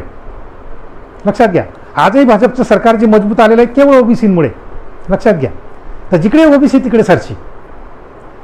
तर ओबीसी जो जागृत झालेला होता मधल्या काळामध्ये, त्यामुळे भाजपही लंगडा झाला होता आणि काँग्रेसही लंगडा झाला होता. आणि देशामध्ये सगळे ओबीसींचे पक्ष सत्तेवर येत होते. बहुजन समाज पक्षासारखे दलित पक्ष सत्तेवर येत होते. ओबीसींचे आणि दलितांचे उपमुख्यमंत्री वगैरे होत होते आणि बऱ्यापैकी जातीयंताकडे आपण जात होतो. पण प्रबोधनाच्या अभावी, चळवळीच्या अभावी, म्हणजे प्रबोधन म्हणजे सुप्रबोधन, जातीयंताचं प्रबोधन एकाही राजकीय पक्षाने केलं नाही. मला सांगा, मंडल आयोगाच्या जोरावर, मंडल आयोगाच्या चळवळीच्या जोरावर आणि ओबीसीच्या जागृतीच्या जोरावर बहुजन समाज पक्ष सत्तेवर आला, लालूचा पक्ष सत्तेवर आला, मुलायम सिंगांचा पक्ष सत्तेवर आला, भुजबळ साहेब उपमुख्यमंत्री झालेत. परंतु या सगळ्या ओबीसी पक्षांनी आणि या ओबीसी नेत्यांनी मंडल आयोगाची दुसरी शिफारस आणि दुसरी कोणतीही शिफारस आपल्या राज्यात लागू केली नाही. जी व्ही पी सिंगांनी एक लागू केली ती तेवढीच. त्याच्यानंतर एकाही ओबीसी नेत्याने मंडल आयोगाचं नाव घेतलं नाही. त्याच्यानंतर एकाही ओबीसी पक्षाने मंडल आयोगाचं नाव घेतलं नाही. कोणतीही शिफारस आपल्या राज्यात लागू केली नाही. सत्तेवर असताना सुद्धा, मुख्यमंत्री असताना सुद्धा, उपमुख्यमंत्री असताना सुद्धा यांनी मंडल आयोगाची एकही शिफारस आपल्या राज्यात लागू केली नाही आणि तोंडातून उच्चार पण केला नाही. एवढे गद्दार होते हे सगळे ओबीसी नेते. यांनी ओबीसीची गद्दारी केली या सगळ्या नेत्यांनी आणि म्हणून ओबीसीमधला एक घटक कंटाळून हा BJPकडे गेला आणि म्हणून BJP पुन्हा मजबूतपणे सत्तेवर आली. लक्षात घ्या. तर त्याला कारणीभूत हे सगळे गद्दार ओबीसी नेते. लक्षात घ्या की जे फक्त भ्रष्टाचार करून पैसे कमवण्याच्या मागे लागलेत. कोणी चिक्की खाल्ली, कोणी जमीन हडपली, कोणी कारखाने निर्माण केले, स्वतःचे विकत घेतले, परदेशी कंपन्या विकत घेतल्या आणि गडगंज पैसा कमवला आणि ईडीची सीडीची धाड आली आणि सगळे पैसे गायब. सगळे पैसे सरकार ईडीने सीडीने कब्जा करून घेतले. काय थोडा तरी विचार केला पाहिजे की थोडी तरी डोक्यात काहीतरी अक्कल पाहिजे की आपण ओबीसीच्या जीवावर आपण उपमुख्यमंत्री झालेलो आहोत, ओबीसीच्या जीवावर आपण मुख्यमंत्री झालेलो आहोत, ओबीसीच्या जीवावर आपली सत्ता आलेली आहे. तर ओबीसीसाठी काहीतरी तर थोडंफार तर केलं पाहिजे. मंडल आयोगाची एखादी शिफारस तर मंडल आयोगाची दुसरी शिफारस कोणामुळे लागू झाली? शिष्यवृत्तीची अर्जुन सिंगामुळे. अर्जुन सिंग काय ओबीसी होते? व्ही.पी. सिंग काय ओबीसी होते? तर सांगायचा उद्देश असा की ओबीसीमध्ये प्रचंड ताकद आहे, जागृती आहे, परंतु ती नीट चॅनलाइज होत नसल्यामुळे आणि त्यांचं नीट सुप्रबोधन होत नसल्यामुळे ही ताकद कधी इकडे कधी तिकडे आणि मग ती डायल्यूट होते. आज पूर्ण डायल्यूट होण्याच्या मार्गावर आहे. सगळं आरक्षण आता खतम होण्याच्या मार्गावर आहे. म्हणजे जवळजवळ खतम झालेलंच आहे.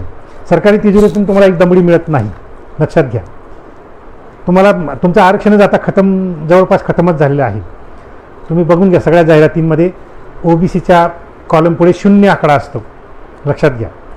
आणि ज्या काही मुलाखती होतात त्या मुलाखतीमध्ये ओबीसी कॅन्डिडेटने समजा ओपनमधून जरी आला तो ओबीसी कॅन्डिडेट तरी त्याला लेखी परीक्षेत मार्क 60-70% वर असतात, पण मुलाखतीमध्ये त्याला 2 मार्क 4 मार्क असतात. त्यामुळे तो पुन्हा पछाडीवर जातो आणि त्याचं सिलेक्शन होत नाही. बघून घ्या, माझ्याकडे सगळे चार्ट आहेत. तोंडी परीक्षेचे, लेखी परीक्षेचे सगळे चार्ट आहेत. ओबीसी मुलं प्रचंड गुण मिळवतात, प्रचंड गुणवत्ता आहे ओबीसीमध्ये. बघून घ्या तुम्ही सगळीकडे. पण तोंडी परीक्षेचे मार्क कमी देतात आणि त्याला रद्दबातल करतात, त्याला नोकरी मिळू देत नाही. जरी तो ओपनमधून आलात तरी, तुम्ही ओपनमधून जरी फॉर्म भरला तरी ते तिथं बसलेले जे लोक आहेत अधिकारी, ते तुमच्या फायलिंगमधून तुमची जात शोधून काढतात, लिव्हिंग सर्टिफिकेटमधून जात शोधून काढतात आणि मग याच्याशी कसं ट्रीट करायचं हे ते सगळीकडे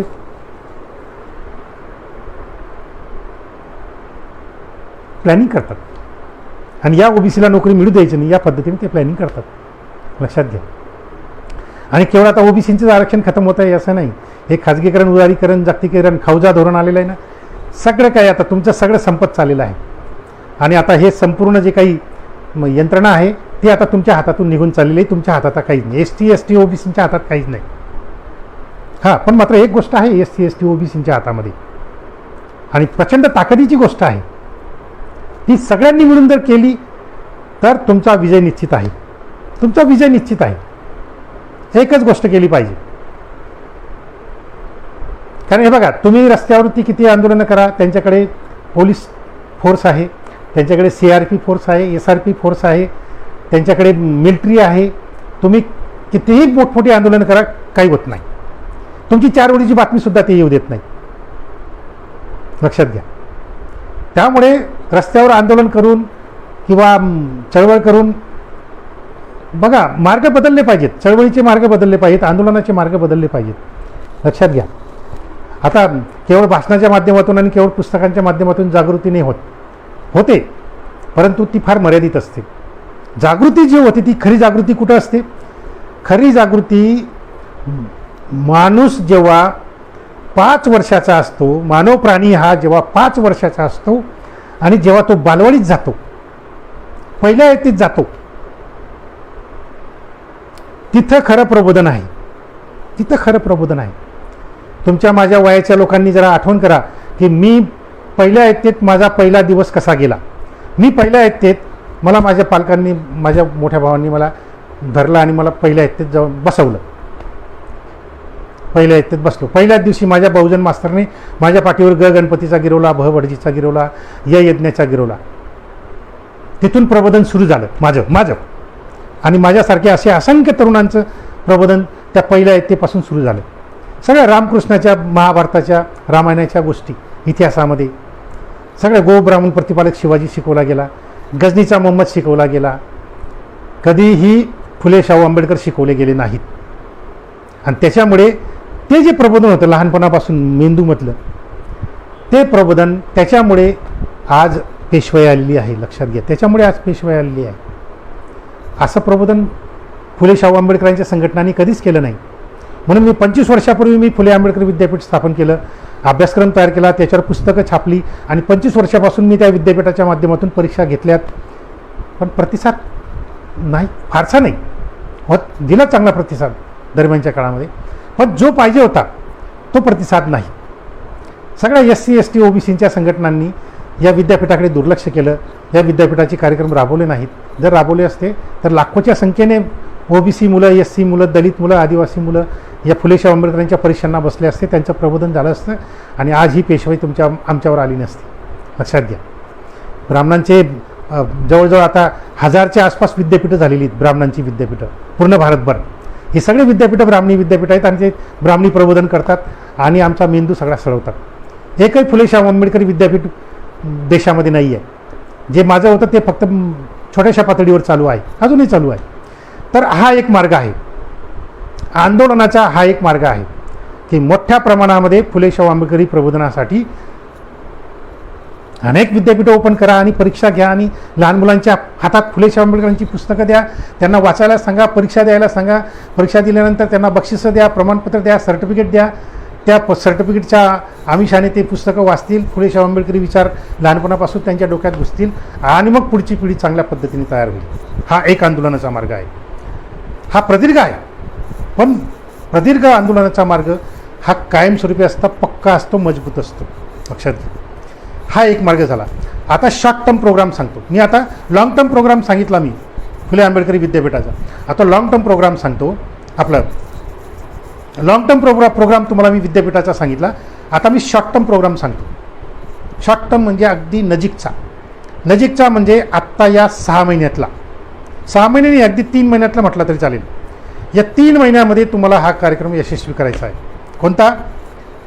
दरवाजावर OBC जनगणनेवर जर होत नाही, OBC जनगणना जर होत नसेल तर राष्ट्राच्या जनगणनेच्या कार्यक्रमावर बहिष्कार टाका. जी जनगणना होणार आहे 2021 सालची, आता साधारणतः सुरू होईल, ती फेब्रुवारी मार्चपासून सुरू होईल. त्याच्या आधी घरांची गणना होईल आणि त्याच्यानंतर जनगणना होईल. तर हे जे जनगणना करायला आलेले अधिकारी असतील तुमच्या घरावर आणि तुमच्या घराची ती बेल वाजवतील, तर बेल वाजवण्याच्या आधी त्यांना तुमच्या घरावर एक बोर्ड दिसला पाहिजे. आणि त्या बोर्डवर काय असलं पाहिजे? बघा, हा बोर्ड आहे, हा मुखपृष्ठ आहे, OBC जनगणनेच्या पुस्तकाचं हे मुखपृष्ठ आहे. इथं हा दरवाजा काढलेला आहे आणि या दरवाजावर हे 2 बोर्ड आहेत. एक बोर्ड ते NCR वगैरे, CA वगैरे यांचा विरोध करण्यासाठी एक बोर्ड आहे आणि दुसरा बोर्ड आहे OBC जनगणना जर होत नसेल तर राष्ट्राच्या जनगणनेवर बहिष्कार, आम्ही जनगणनेत सहभागी होणार नाही, या जनगणनेवर आमचा बहिष्कार, असा म्हणून दुसरा बोर्ड आहे. तर हा बोर्ड प्रत्येक OBCच्या घरावर लागला पाहिजे. आणि जर मुस्लिम संघटनांनी जर लक्ष घातलं तर मुस्लिम संघटनांच्या सोबत हा वरचा NCAच्या विरोधातला बोर्ड पण आपण लावला पाहिजे. तर OBC समाजातले जे कोणी बऱ्यापैकी आर्थिक परिस्थितीमध्ये असतील, प्राध्यापक असतील, डॉक्टर असतील, वकील असतील, इंजिनियर असतील, कॉन्ट्रॅक्टर असतील, बिल्डर असतील, व्यापारी असतील, व्यावसायिक असतील, आर्थिक परिस्थिती बरी आहे ना, मग तुम्ही एक काम करा, तुम्ही तुमच्या भागातल्या कार्यकर्त्यांना कमीत कमी 5,000 बोर्ड प्रिंट करून द्या, छापून द्या.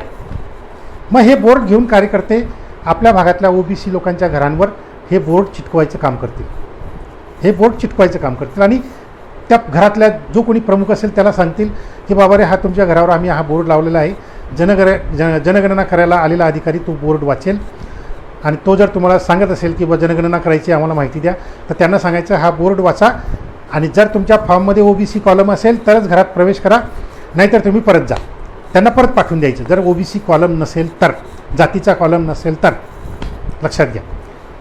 याच्याने काय होईल मी तुम्हाला सांगतो. कुठेही रस्त्यावर आंदोलन करायची गरज नाही, चळवळ करायची गरज नाही, कुठं बैठका मिटिंगा घ्यायची गरज नाही. बाहेर दरवाजावर बोर्ड लावायचा आणि घरात बसायचं, घरात बसायचं.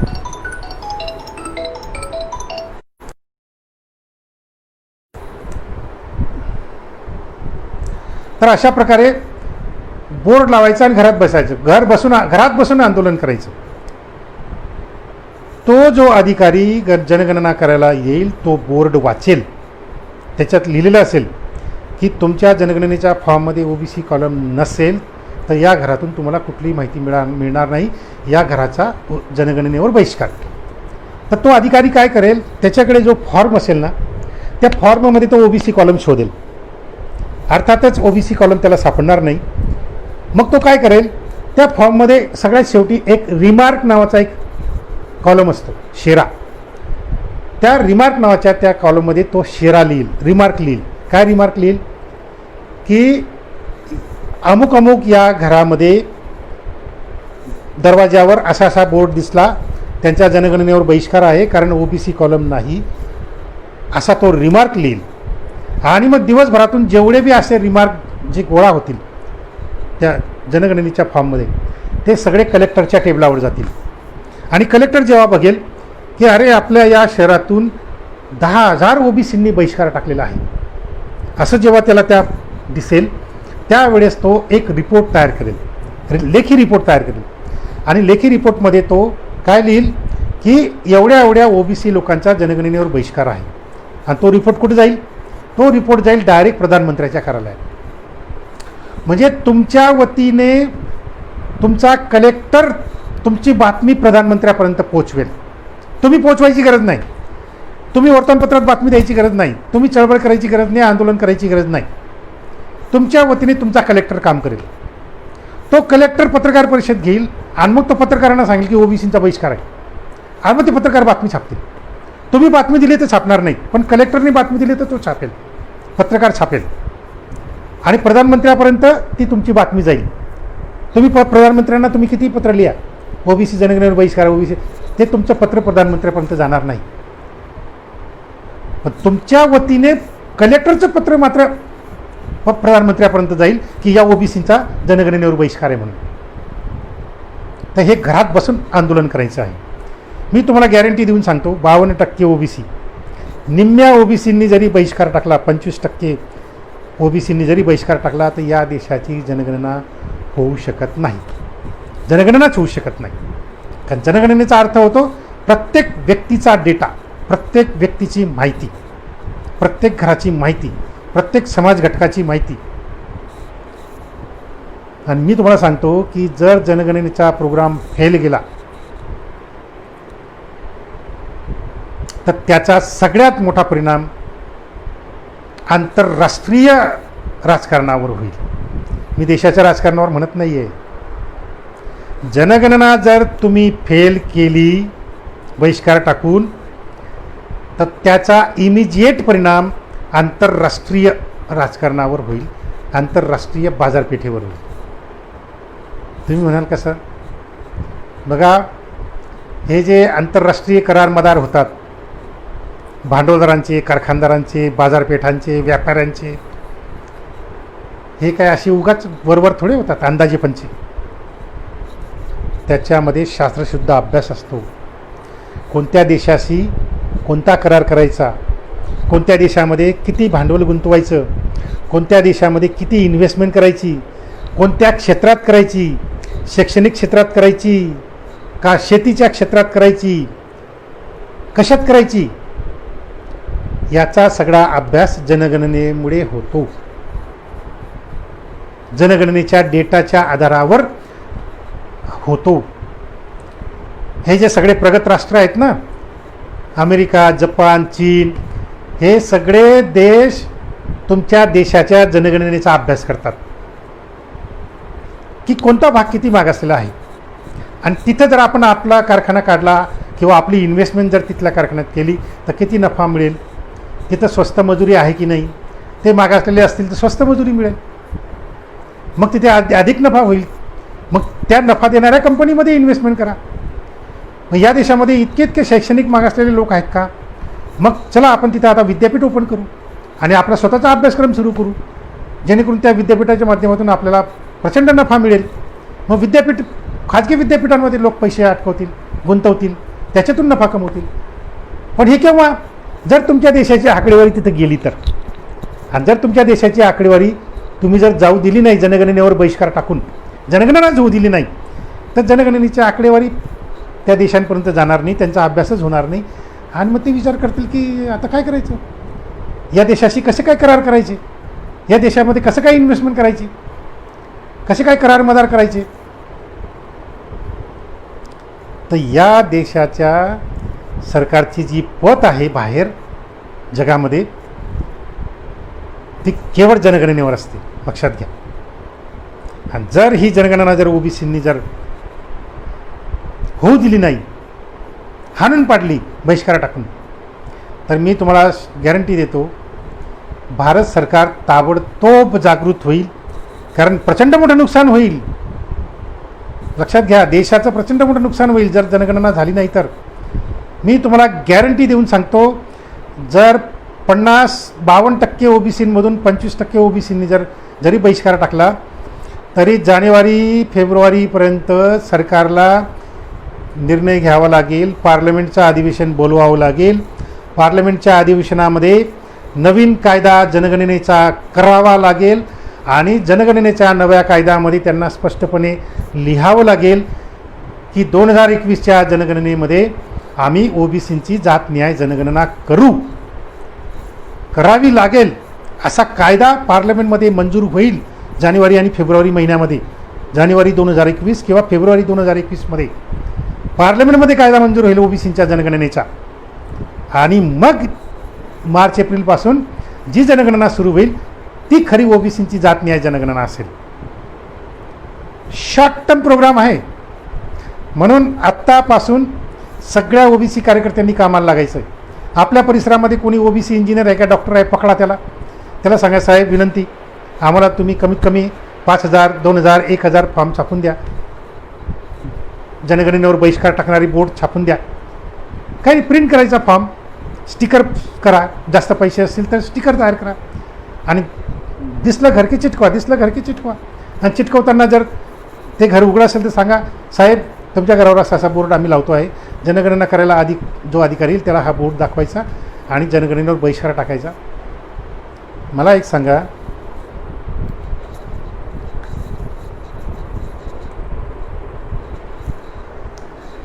कोणतीही देश पातळीवरची जर कृती करायची असेल या देशामध्ये, कोणतीही कृती करायची असेल तर त्याला अभ्यास लागतो, आकडेवारी लागते, डेटा लागतो. आतापर्यंत आमची जेवढी फुले-शाहू आंबेडकरी चळवळ झाली 70-72 वर्षात, कुठेही शास्त्रशुद्ध अभ्यास नाही, कुठेही आकडेवारी नाही. बस ती जी आकडेवारी आधीची आहे, दलित 15%, हे 7.5%, ओबीसी, बस तेव्हाचीच आकडेवारी वापरत आहेत. 72 वर्षातली नवीन आकडेवारी कोणाजवळच नाही, लक्षात घ्या. आता खरं म्हणजे सांगू का, ओबीसींची जनगणना हा मुद्दाच आता राहिलेला नाही. हा मुद्दा आता मागे पडलेला आहे. ओबीसींची जनगणना हा मुद्दा मागे पडला आहे. आता कोणता मुद्दा पुढे यायला पाहिजे? या देशात राहणाऱ्या प्रत्येक जातीची, प्रत्येक पोट जातीची जनगणना, अगदी ब्राह्मणांची जनगणना, कायस्थांची जनगणना, मराठ्यांची जनगणना, कुणब्यांची जनगणना, तेलीमाडी नावीदोबींची जनगणना, दलितांची जनगणना, आदिवासींची जनगणना, मुस्लिमांची, ख्रिश्चनांची, सगळ्यांची जनगणना व्हायला पाहिजे. आणि सगळ्या जातींची जनगणना केल्यानंतर ती जी काही आकडेवारी आपल्याला मिळेल, तो जो काही डेटा मिळेल, त्याचा अभ्यास आपले फुले शाहू आंबेडकरी विचारांचे अर्थशास्त्रज्ञ करतील. आणि मग त्या आकडेवारीच्या आधारावर जाती व्यवस्थेचं अर्थशास्त्र तयार होईल. बघा, वर्गव्यवस्था जर नष्ट करायची असेल, वर्गव्यवस्था जर चालवायची असेल किंवा नष्ट करायची असेल, तर वर्गव्यवस्थेचं अर्थशास्त्र असतं. वर्गव्यवस्था चालवायची जरी असेल आणि नष्ट जरी करायची असेल, तरी वर्गव्यवस्थेचं अर्थशास्त्र असतं. आपल्याला जातीव्यवस्था नष्ट करायची आहे, तर आहे का आपल्याजवळ जातीव्यवस्थेचं अर्थशास्त्र? आहे.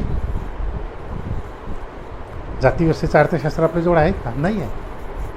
सत्ताधाऱ्यांकडे आहे त्यांचं, ते तुम्हाला नाही देणार. ती जी 2010ची जनगणना झाली, SECC,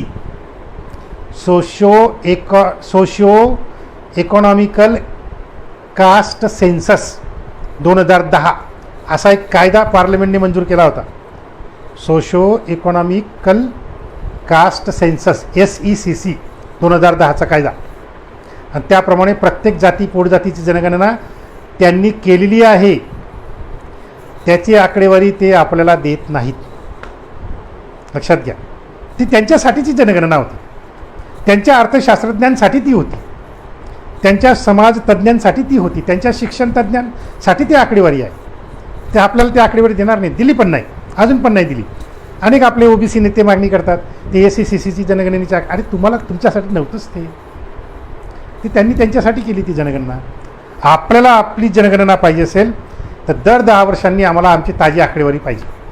दर 10 वर्षांनी आमची जनगणना झाली पाहिजे, प्रत्येक जातीची, प्रत्येक पोटजातीची. आम्हाला ब्राह्मणांची पण आकडेवारी पाहिजे. बघूया ब्राह्मण किती पुढे गेलेला आहे, ब्राह्मण जातींना किती नोकऱ्या मिळालेल्या आहेत, मराठ्यांना किती नोकऱ्या मिळालेल्या आहेत, मराठ्यांकडे किती जमीन आहे, ब्राह्मणांकडे किती जमीन आहे, ब्राह्मणांची मुलं किती पुढे गेलेली आहेत शिक्षणामध्ये, नोकऱ्यांमध्ये, किती परदेशात गेले आहेत, कोणत्या जातीचे किती शेतमजूर आहेत, कोणत्या जातीचे किती लोक कारखान्यांमध्ये वेठबिगारी करत आहेत. ही आकडेवारी जर मिळाली तर अर्थशास्त्र उभं राहील जातीव्यवस्थेचं. आणि ते जातीव्यवस्थेचं अर्थशास्त्र उभं राहिलं तर जातीव्यवस्थेचा अंत करता येईल, जातीव्यवस्था नष्ट करता येईल. आणि जातीव्यवस्था नष्ट झाली तर खऱ्या अर्थाने मग आपला हा जो बहुजन आहे, हा बहुजन प्रगती करू शकेल आणि मग बहुजनांचं राज्य येऊ शकेल. लक्षात घ्या. तर केवळ ओबीसींची जनगणना हा मुद्दा नाही आहे. SC ST OBC कॅटेगरीमधल्या प्रत्येक व्यक्तीने, ज्याला जर खरोखर वाटत असेल की जातीव्यवस्था नष्ट झाली पाहिजे, जो सच्चा फुले शाहू आंबेडकरवादी आहे, जो सच्चा OBCवादी आहे, दलितवादी आहे, सच्चा आदिवासीवादी आहे, या सगळ्या सच्च्या लोकांनी जातनिहाय जनगणनेचा आग्रह धरला पाहिजे. आणि जर ती होत नसेल तर बहिष्कार टाकला पाहिजे. हे बघा, दलितांना वाटत असेल आपली जनगणना होते दलितांची, काही उपयोग नाही. तुमची जनगणना होईल, आकडेवारी येईल, पण तुमचं आरक्षणच खतम झालं आहे, तर तुम्हाला त्याचा फायदा काय त्या जनगणनेचा? हां, पण जातवर जर जनगणना होत असेल सगळ्यांची, आणि जर तुम्हाला ब्राह्मणांची पण आकडेवारी मिळत असेल, मराठ्यांची आकडेवारी मिळत असेल, जाटांची आकडेवारी मिळत असेल, क्षत्रिय वैश्यांची आकडेवारी मिळत असेल, तर त्याच्यातून तुम्हाला जातीव्यवस्थेचं अर्थशास्त्र निर्माण होईल आणि त्याच्यातून मग जातीयंताचा लढा तुम्हाला उभा करता येईल. हा सगळ्यात मोठा फायदा तुम्हाला होणार आहे. पण केवळ दलितांची जातनिहाय जनगणना झाली, काही फायदा नाही, आरक्षणच खतम होत आहे. त्यापेक्षा ती न झालेली बरी, बहिष्कार टाकलेला बरा. आणि म्हणून दलित, आदिवासी, ओबीसी सकट, अगदी मुस्लिमांमधले ओबीसी, ख्रिश्चनांमधले ओबीसी, या सगळ्यांनी, मुस्लिमांमधले दलित, मुस्लिमांमधले आदिवासी, मुस्लिमांमधले ओबीसी, या सगळ्यांनी, सगळ्या धर्मातील SC ST OBCंनी जनगणनेवर बहिष्कार टाकला पाहिजे, जर ती जात न्याय होत नसेल तर. आणि हा शॉर्ट टर्म प्रोग्राम आहे, एवढ्या 3 महिन्याचा प्रोग्राम आहे. हा जर तुम्ही यशस्वी केला तर जानेवारीच्या पहिल्याच आठवड्यात मी तुम्हाला गॅरंटी देऊन सांगतो पार्लमेंटचं अधिवेशन होईल आणि त्या पार्लमेंटमध्ये ठराव मंजूर होईल की या देशातल्या सगळ्या जाती जमातींची पोटजातींची जनगणना 2021 साली करायची, असा कायदा मंजूर होईल. आणि मग तुमच्या सगळ्यांची जातीय जनगणना होईल. कारण त्यांना देशाचं नुकसान करून घ्यायचं नाही आहे सरकारला. नाचक्की होईल देशाची, सरकारची. अरे तुम्ही जनगणनेचा प्रोग्राम राबवू शकत नाही तुमच्या देशामध्ये, लोक बहिष्कार टाकतायत तुमच्या जनगणनेवर, अशी नाचक्की होईल बाहेर. तुमची पतच राहणार नाही, सरकारची पत खतम झाली, करार मदार सगळे खतम, इन्व्हेस्टमेंट तुमच्या देशातले लोक काढून घेतील आणि सगळे भिकेला लागतील. हे सगळे जर तुम्ही जनगणनेवर बहिष्कार टाकलात तर. कडकडीची विनंती माझी सगळ्यांना की केवळ ओबीसी जनगणना असं आता नका करू. सगळ्या जाती जमातींची जनगणना झाली पाहिजे. ब्राह्मण सकट, राजपूत, जाट, पटेल, मराठा, वैश्य, मारवाडी, तेली, माळी, कोळी, न्हावी, धोबी, चांभार, मातंग, चर्मकार सगळ्यांची जनगणना झाली पाहिजे. आदिवासी, मुसलमान, ख्रिश्चन सगळ्यांची. ही सगळी जनगणना झाल्यानंतर तुम्हाला जी आकडेवारी मिळेल त्या आकडेवारीच्या आधारावर तुम्हाला चळवळ उभी करता येईल. लक्षात घ्या, तुमचे शिक्षणतज्ज्ञ शिक्षणाचं शास्त्र उभं करतील, अर्थशास्त्र उभं करतील, समाजशास्त्र उभं करतील आणि मग या शास्त्रांच्या आधारे सायंटिफिकली जातीयंताची चळवळ उभी राहील आणि मग जातीयंत होईल. खऱ्या अर्थाने जातीयंताला सुरुवात होईल. तर माझी विनंती आहे की सगळ्यांनी या शॉर्ट टर्म प्रोग्रामला ताबडतोब सुरुवात करावी आणि आमच्या जनगणनेवर बहिष्कार आहे असं सगळ्या SC ST OBCच्या दरवाजावर बोर्ड लागले पाहिजेत. आणि अनेक कार्यकर्ते आता कामाला लागलेले आहेत. तिकडे विदर्भामध्ये आमची अंजलीताई विटणकर साळवे ही बाई कामाला लागलेली आहे. प्रचंड मोठ्या प्रमाणामध्ये माणूसकानी लागत ही कामाला. लक्षात घ्या, संपूर्ण विदर्भामध्ये त्या अंजलीताईंनी काम उभं केलेलं आहे, सुरू केलेलं आहे. आपल्या भागात पण सगळ्या महाराष्ट्रात कानाकोपऱ्यात सुरू झालं पाहिजे आणि महाराष्ट्रातून आदर्श घेऊन बाकीच्या राज्यातले सुद्धा OBC आणि SC ST प्रेरणा घेतील आणि तिथं पण हे आंदोलन जोरात सुरू होईल. आणि तुम्ही आंदोलन सुरू केली की मग राजकीय पक्षांचे कान खडकडून उभे राहतील आणि मग राजकीय पक्षसुद्धा हा कार्यक्रम तुमचा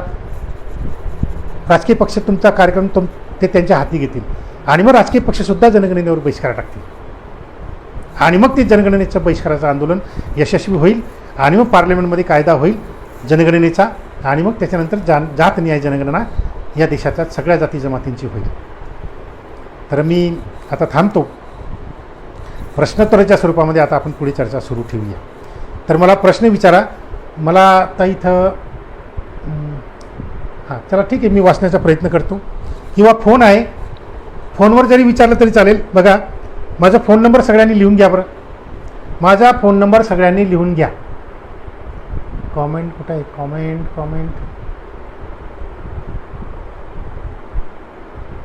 94.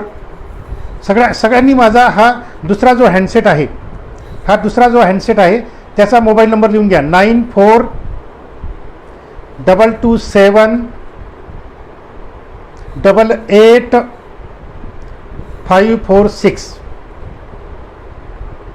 परत एकदा सांगतोय, प्राध्यापक श्रावण देवरे, मोबाईल नंबर वेगळ्या हँडसेटचा 94-227-88-546 या मोबाईल नंबरवर फोन करा. मी तुमच्या सगळ्या प्रश्नांची उत्तरं आत्ता लगेच तुमच्या समोर देतो.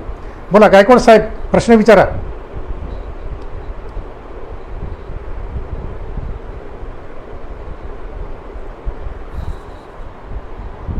चौऱ्याण्णव 227-88-546 याच्यावर प्रश्न कॉमेंट बॉक्समध्ये टाकला तरी चालेल, तो वाचून मी तुम्हाला किंवा या मोबाईलवर 94च्या नंबरवर तुमच्या प्रश्नांची उत्तरं देईल. शिवशंकरजी, प्रश्न विचारा. मला प्रश्न दिसत नाहीये. हा बघा, कॉमेंट बॉक्स टाकलेला आहे. कॉमेंट बॉक्समध्ये माझा नंबर टाकला आहे, त्या नंबरवर फोन करा. बरोबर. चला, फोन आला आहे, फोन घेतो आहे. Hello hello hello.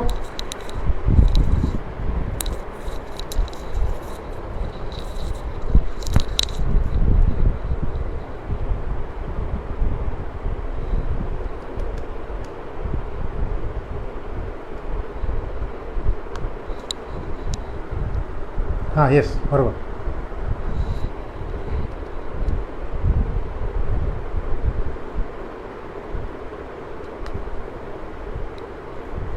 फोन का लागत नाही आहे?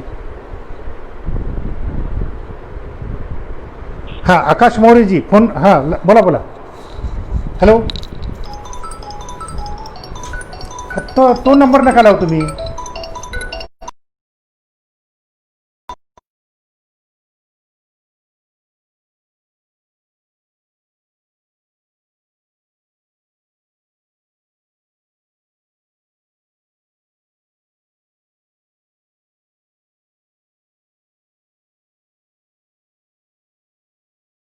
घ्या.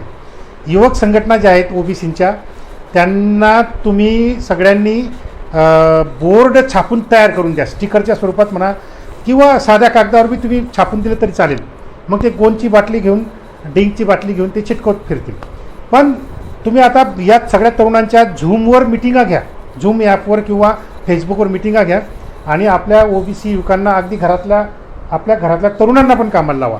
लक्षात घ्या की तुमचा स्वतःचा जरी मुलगा असेल तरी त्याला सांगा, बाबा रे हे 10 बोर्ड घे आणि चल जा आपल्या या अमुक अमुक गल्लीमध्ये जाऊन हे लावून घे. फक्त लावताना सांग की आपला ओबीसी या जनगणनेवर बहिष्कार आहे ओबीसींचा. तर युवकांना अशा पद्धतीने तुम्ही कामाला लावू शकतात. लक्षात घ्या. बोला, अजून काही प्रश्न असेल तर सांगा. फोन. हां, बोला. हॅलो. हां, फोन लावा. फोन रिकामा आहे माझं, फोन लावा किंवा इथं प्रश्न विचारला तरी चालेल. काही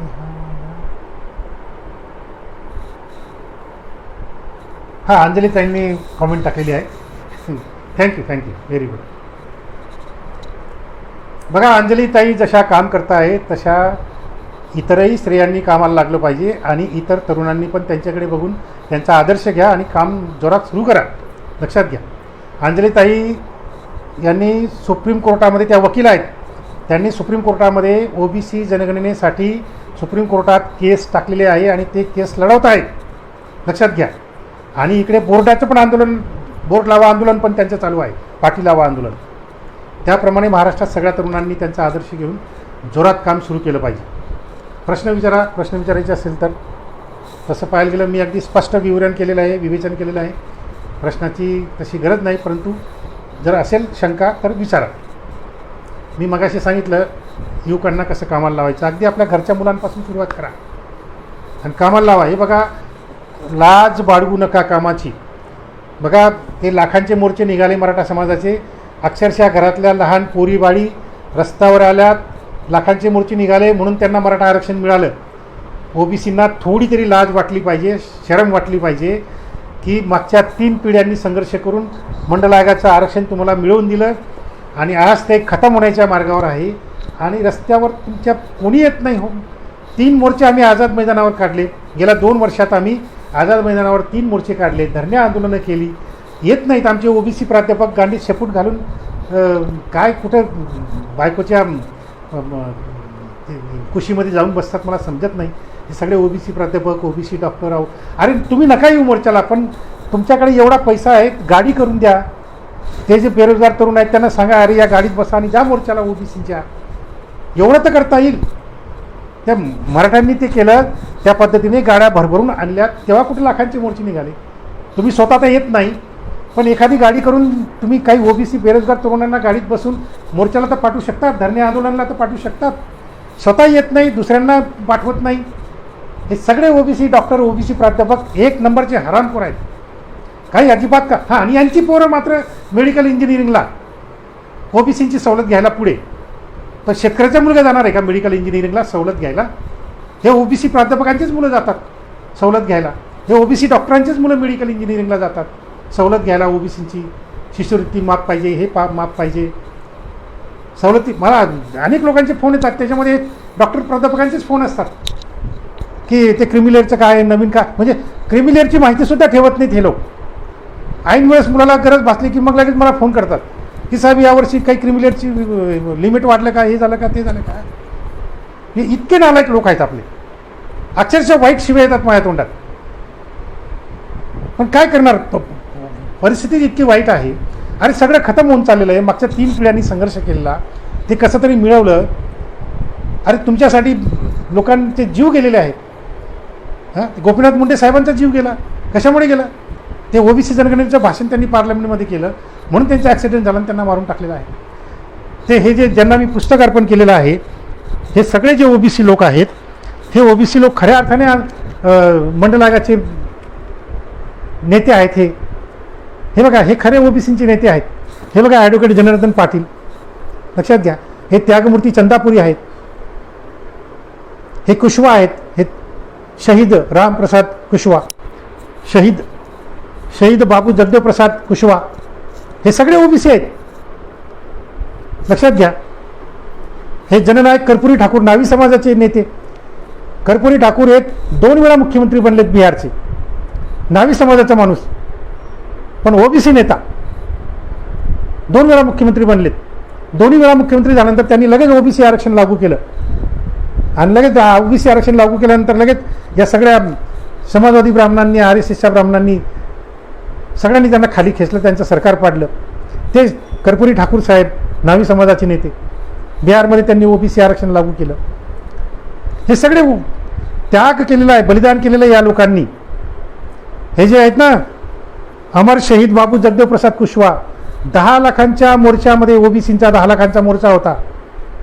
त्या 10 लाखांच्या मोर्चामध्ये तिथल्या सुप्रिटेंडंट ऑफ पोलीस, तिथल्या SP ने गोळ्या घालून ठार केलं भर दिवसा जाहीर सभेमध्ये. हे एवढं बलिदान, एवढा त्याग केलेला आहे ओबीसींनी या मंडल आयोगासाठी. आणि तेव्हा कुठे तुमच्या घरापर्यंत मंडल आयोग आला आणि तुम्हाला सगळं घरातून बाहेर पडता येत नाही. त्या औरंगाबादमध्ये ओबीसी प्राध्यापक, 4 ओबीसी प्राध्यापक माझे मित्र, आमची चर्चा झाली. ते म्हणाले आम्ही 1 दिवसाचं धरणे आंदोलन करतो. 4 प्राध्यापकांनी ते आंदोलन सुरू केलं. आम्ही फेसबुकवर, व्हॉट्सअपवर सगळ्या प्राध्यापकांना आव्हान केलं. 4 प्राध्यापक बसले तिथं, कमीत कमी 400 प्राध्यापक तरी जमले पाहिजेत. सगळ्यांना आव्हान केलं. एक ओबीसी हरामखोर प्राध्यापक घराच्या बाहेर पडला नाही आणि तिथं त्या 4 जणांच्या सोबतीला गेला नाही. सकाळपासून 4 प्राध्यापक होते, संध्याकाळपर्यंत 4च प्राध्यापक होते त्या आंदोलनामध्ये, धरणे आंदोलनामध्ये. 5वा हरामखोर तिथं मेला नाही. आणि मी शिवाय दिलो की माझं तोंड दिसतं हरामखोरांना. त्या आझाद मैदानावर आम्ही आतापर्यंत 3 मोर्चे काढलेत ओबीसींचे. प्रत्येक वेळेस इथं मंडप टाका, खुर्च्या टाका, आलेल्या लोकांना जेवणाची व्यवस्था करा, पाण्याची व्यवस्था करा, स्टेज उभारा, बोर्ड लावा, बॅनर लावा. एकेका मोर्चाला 20-20 लाख रुपये खर्च येतो. आणि तुम्ही साधे त्या खुर्चीत येऊन बसत नाही. फुकटचं जेवण मिळतं, फुकटचं पाणी मिळतं. तिथे आरामशीर खुर्चीवर बसायचं आहे. संख्या दाखवायची फक्त की आम्ही एवढ्या संख्येने इथं जमलो आहोत. जरी ओबीसी मोर्चाला 25,000 लोक जर तिथं जमले असते तर तुम्हाला मी गॅरंटी देतो हे ओबीसींवर अशी एवढी वाईट अवस्था आली नसती. पण तुमची खिचगंतीच नाही तुमची. त्यामुळे तुम्हाला जे काही थोडंफार मिळालेलं आहे तेही नष्ट होत आहे, लक्षात घ्या. हां, आणि मग उद्या भिकारचोट जर झालात तर तुम्ही, उद्याची सगळी पिढी भिकारचोट होणार आहे, लक्षात घ्या. भीक पण कोणी देणार नाही तुम्हाला, भीक पण कोणी देणार नाही.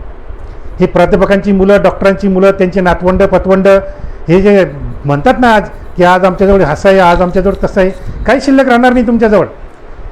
हे सगळे जे आज ओबीसी प्राध्यापक, ओबीसी डॉक्टर, ओबीसी वकील, इंजिनियर जे दिसत आहेत ना, यांचे नातवंड पतवंड नाही रस्त्यावर भीक मागताना दिसतं तर माझं नाव बदलून द्या. इतकी वाईट पेशवाई येणार आहे, लक्षात घ्या. एकदा पेशवाईचा अनुभव घेतला आहे तुमच्या बापजाद्यांनी. काय पेशवाई होती. तात्यासाहेब महात्मा फुलेंना त्या लग्नाच्या वरातीतून हाकलून दिलं ब्राह्मणांनी. ही तुमची लायकी होती त्या काळामध्ये, तुमच्या बापजाद्यांची. लग्नाच्या वरातीतून हाकलून देत होते. तुम्ही अस्पृश्य होते त्या काळामध्ये, शूद्र होते त्या पेशवाईच्या काळामध्ये. आणि पुन्हा अशी एक अखिल भारतीय पेशवाई या देशावर येते आहे. आणि जर तुम्ही अजूनही जागृत झाले नाही तर तुमचे नातवंड पतवंड रस्त्यावर भीक मागताना दिसतील. आणि ही मी गॅरंटी देतो तुम्हाला. लिहून घ्या आजच्या तारखेला, माझी सही घ्या. नाही तुमचे नातवंड पतवंड भीक मागायला लागले तर माझं नाव बदलून द्या. अरे मुलीसाठी जावई शोधायला जातात तुम्ही, लग्न जोडायला जातात मुलीचं, काय प्रश्न विचारतात तुम्ही त्या नवरदेवाच्या बापाला आणि नवरदेवाच्या आईला? मुलाला नोकरी आहे का? म्हणजे मुलाला नोकरी असेल तरच तुम्ही जातात तिथे त्या मुलीला बघायला, आपलं त्या मुलाला बघायला. म्हणजे तुम्हाला जावई कसा पाहिजे? नोकरीवाला पाहिजे. त्याला नोकरी केव्हा मिळेल? तर ओबीसी आरक्षण असेल तर त्या जावायला नोकरी मिळेल ना, आणि तर तुमच्या त्या मुलीचं लग्न होईल ना. हे सगळे नोकरीवाले जावई सगळे खतम होणार आहेत, आता मिळणारच नाहीत तुम्हाला. आणि तुमची मुलगी नाईलाज असतो तुम्हाला शेतकऱ्याला द्यावं लागेल किंवा शेतमजुराला द्यावं लागेल. तुम्ही लाख भलेच तुम्ही ओबीसी प्राध्यापक, OBC doctor, OBC engineer, OBC करोडपती, ओबीसी लखपती, जावई तुम्हाला शेतमजूरच सापडेल. कारण नोकऱ्याच खतम झालेल्या आहेत तुमच्या ओबीसीच्या आरक्षणाच्या माध्यमातून. आणि जर जावई शेतकरी जर मिळाला ना तुम्हाला, तर तो 2 वर्षाच्या आत तो जावई आत्महत्या करणार आहे. तो शेतकरी जावई 2 वर्षाच्या आत आत्महत्या करेल आणि तुमची पोरगी रणकी होऊन विधवा होऊन त्या घरी परत येणार आहे. लक्षात घ्या, हा शाप नाही आहे, हे भविष्य सांगतोय मी तुम्हाला. आणि हे भविष्य काही पंचांग बघून सांगत नाही मी. तात्यासाहेब महात्मा ज्योतिराव फुलेंचा अभ्यास करा, बाबासाहेबांचा अभ्यास करा, शाहू महाराजांचा अभ्यास करा, तुम्हाला तुमचं स्वतःचं भविष्य लगेच तुमच्या समोर दिसेल. हाताची रेषा बघायची गरज नाही. फुले शाहू आंबेडकर वाचा आणि भविष्य समजून घ्या. आणि मी सांगतोय ते भविष्य. जर आज तुम्ही जागृत झाले नाहीत, रस्त्यावर आले नाहीत आणि हे आंदोलन केलं नाही मी सांगितल्याप्रमाणे, तर तुमच्या नातवंड पतवंड, तुमच्या पोरी रणकी होतील, विधवा होतील, तुमची पोरं रस्त्यावर भीक मागत फिरतील, की जे पेशवाईमध्ये करत होती त्या काळामध्ये. लक्षात घ्या. तर विनंती आहे माझी सगळ्यांना की करा हे आंदोलन. आणि काही रस्त्यावर जायची गरज नाही ना, तुम्हाला घर बसून आंदोलन करायचं आहे. फक्त दरवाज्यावर बोर्ड लावायचा आहे. इतरांच्याही 10 बोर्ड घरावर बोर्ड लावा, तुमच्याही घरावर बोर्ड लावा आणि जनगणनेवर बहिष्कार टाका. लक्षात घ्या. तर हे केलं तरच तुमचं भलं होईल, नाहीतर नुकसानीला तर सुरुवात झालेलीच आहे. आणि जवळजवळ तुम्ही आता खड्ड्यात गेलेलेच आहात. जर खड्ड्यातून वर यायचं असेल तर मी सांगितलेले आंदोलनं करा. विचारा, काही प्रश्न विचारायचा असेल तर फोनवर विचारा तरी चालेल. फोनवर विचारा. फोन माझ्या हातात आहे.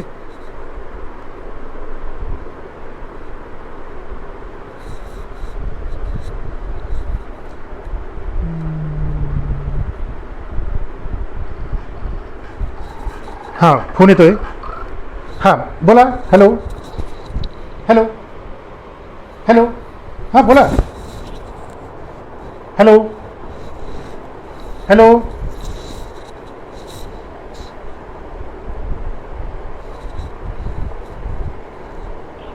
Hello hello hello. आवाज नाही येतो तुमचा.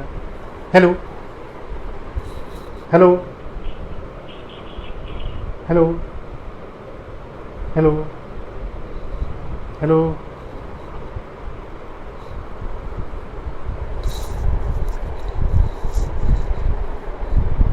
Hello hello. हां बोला. हां बोला. जय ज्योती बोला. जय ज्योती जय भीम बोला. हां बोला बोला. हां हां बोला ना, बोला ना, मला ऐकू येतं आहे तुमचं. हां बरं बरं. हां हां बोला बोला.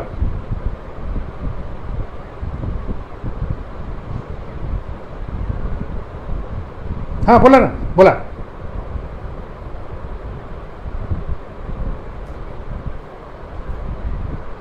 हां बघा, मी ते सांग. हां अगदी बरोबर प्रश्न असं विचारला, बरोबर केलं तुम्ही.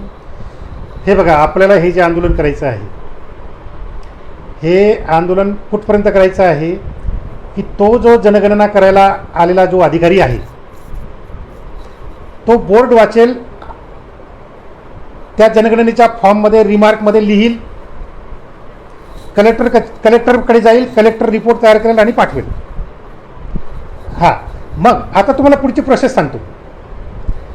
जर समजा कलेक्टर आणखी दुसरी गोष्ट काय करू शकतो की तुम्हाला एक नोटीस पाठवू शकतो की तुम्ही जनगणनेवर बहिष्कार टाकलेला आहे, ही बाबा गंभीर बाब आहे, आणि हा गुन्हा आहे. हां, जर तुम्ही सरकारी कर्मचारी असाल तर ताबडतोब माघार घेऊन टाकायची. पण कलेक्टरपर्यंत तुमचा प्रश्न गेला की नाही, प्रधानमंत्री कार्यालयापर्यंत तो रिपोर्ट गेला की नाही,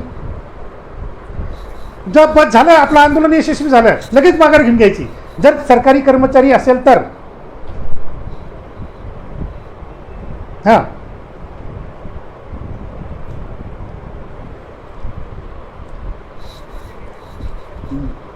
मी नाही मी तुम्हाला काय सांगितलं की सगळ्या एखाद्या कर्मचाऱ्याने असं विचारलं ना तर त्यांना काय सांगायचं, नोटीस येते. नोटीस म्हणजे काय, तुम्हाला लगेच फाशी नाही होत. नोटीस येते की बा तुम्ही बहिष्कार टाकला आहे आणि ही गंभीर गोष्ट आहे. नोटीस आल्याबरोबर माघार घेऊन टाकायची ना, लगेच बोर्ड काढून फेकून द्यायचा. आपला उद्देश काय, आपला उद्देश कलेक्टरपर्यंत जायला पाहिजे. गेलं, संपलं, आपलं आंदोलन यशस्वी झालं. सरकारी कर्मचाऱ्यांनी माघार घ्यायची, इतरांनी माघार घेण्याची गरज नाही. अहो, असे किती लोकांना जेलमध्ये टाकतील. हां,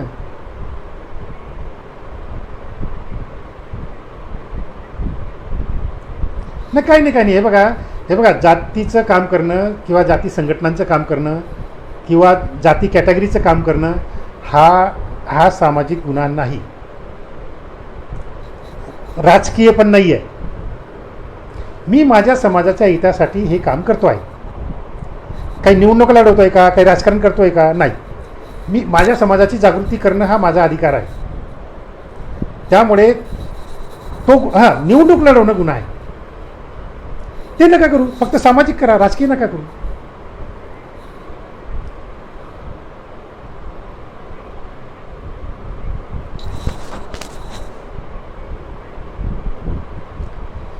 नाही राहतील उभं. हे बघा, एकदा काम सुरू झालं, वकील आपले उभे राहतील आणि आम्ही आहोत ना, सांगणारे पण लोक आहोत ना आपण, काही प्रॉब्लेम नाही. वकिलाला तर काय,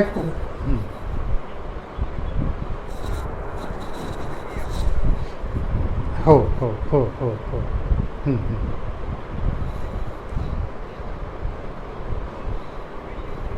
नाही, अवश्य करू, प्रश्नच नाही, निश्चित. येस. नाही, आपल्याकडे वकिलांची फार मोठी फौज आहे. अहो, हायकोर्टामध्ये ज्यांनी केसेस टाकल्या ते वकीलच होते. ते मंगेश ससाने आहे, ते मृणाल ढोले पाटील आहेत, हे सगळे, आणि अंजलीच आहेत. सुप्रीम कोर्टात त्यांनी जनगणित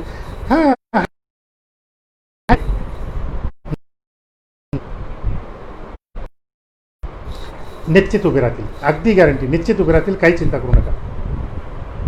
आव्हान करतो मी आव्हान सगळ्यांना करतो. आणि पत्रकार परिषदा वगैरे घेऊन सगळं करू आपण, ते काही चिंता नाही. थँक्यू. अजून काही वेगळा प्रश्न असेल तर, हॅलो, ओके, थँक्यू. हां, असे काही प्रश्न विचारा की ज्याच्यामुळे तुमच्या माहितीत भर पडेल आणि प्रिकॉशन वगैरे घेण्याच्या दृष्टीने सुद्धा असे काही प्रश्न विचारा की प्रत्यक्ष चळवळ करताना काय काय अडचणी येतील, कुठं आपल्याला काय नोटीस आली ते तिला कसं उत्तर द्यायचं वगैरे. हे सगळ्या वकिलांची फौज उभं करणं. एक चांगला मुद्दा काढला आहे साहेबांनी, हे बरं झालं. म्हणजे तो मुद्दा काढल्यामुळे मला त्याच्यावर बोलता आलं. धन्यवाद साहेब. अजून काही असे प्रश्न हे बघा, जो काम करतो त्याला प्रश्न निर्माण होतो, जो कामच नाही करतो त्याला प्रश्न काय निर्माण होणार. तर प्रश्न विचारा, काम कंटिन्यू चालू ठेवा. काही अडचणी आल्या तर मला रात्री केव्हाही फोन करा, मी तुमच्यासाठी उभा आहे. आणि मीच नाही, असे अनेक आहेत. वकील आहेत, काही राजकीय व्यक्ती आहेत आपल्या मागे, काही डॉक्टर्स आहेत, इंजिनियर्स आहेत, काही प्राध्यापक आहेत. सगळेच नालायक आहेत असं नाही, काही चांगले प्राध्यापक आहेत ओबीसीमध्ये.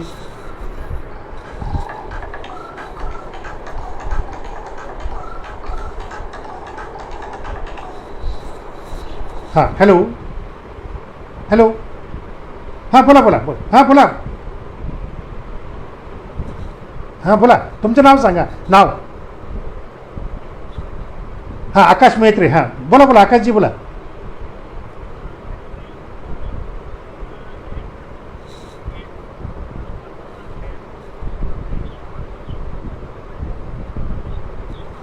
गड मी सांगितलं सगळ्यांना, विदर्भात जोरात चालू आहे.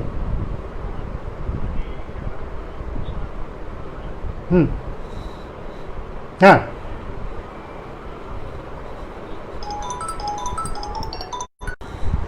निश्चित मिळणार, मिळणार, निश्चित मिळणार, काही तुम्ही चिंता करू नका, मिळणार. Okay okay okay. हां. अजून कोणाला विचारायचं आहे करा, अजून कोणाला फोन करायचा करा. आता मगाशी तिकडे नंबर आला होता, याच्यावर करा फोन, आता या नंबरवर करा, आता या अनसेटवर 94-227.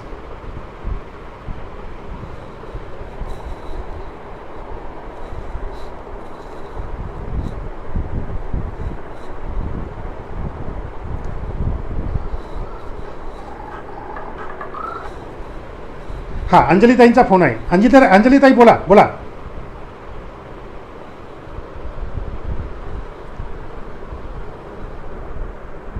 हां.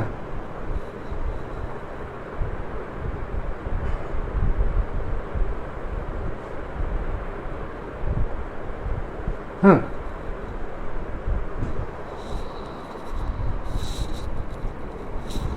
हां.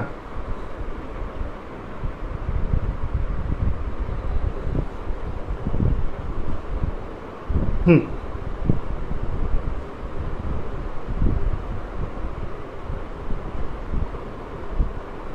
हो हो हो हो हो.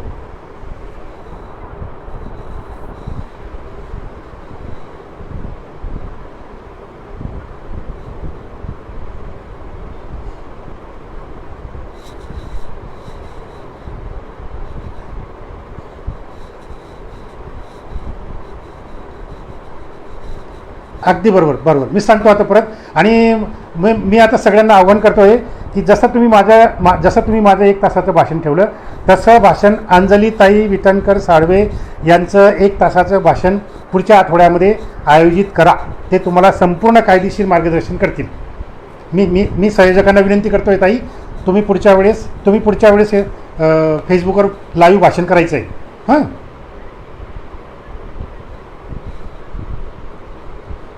नाही, मग तुम्ही आता पुढच्या आठवड्यात तुम्ही आता हे सगळ्यांना सांगा परत. पुढच्या आठवड्यात तुमचं भाषण आयोजित होईल, त्यावेळेस तुम्ही ते सगळं सांगा, लोकांच्या प्रश्नांची उत्तरं द्या. आणि आता परत मी ते रिपीट करतोच आहे, पण तुमच्या तोंडून तुमच्या व्याख्यानातून आलं तर ते जास्त चांगलं राहील. ठीक आहे. Okay okay.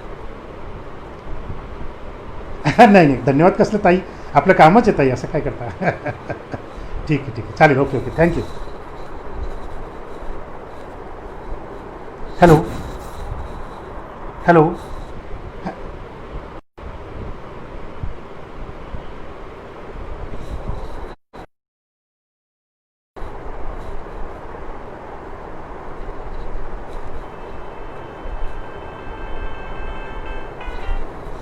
Hello hello hello hello. हां, सुभाष राऊत बोलत आहेत. हां, बोला सुभाषजी.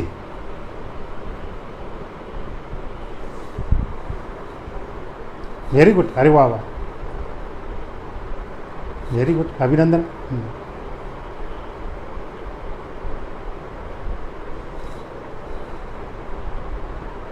हां हां हां. हं. हं.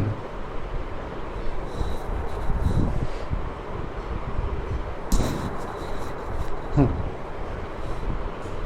हं. हं.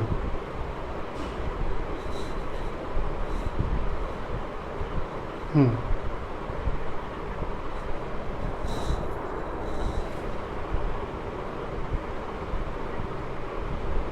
हं. हो.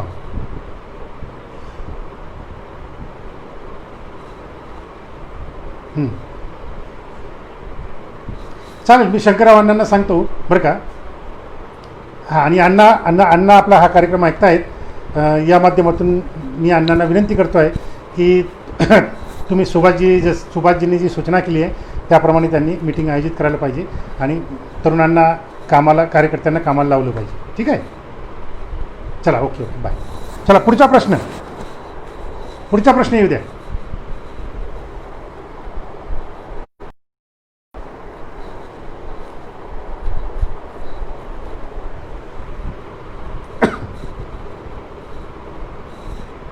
पुढचा प्रश्न येऊ द्या.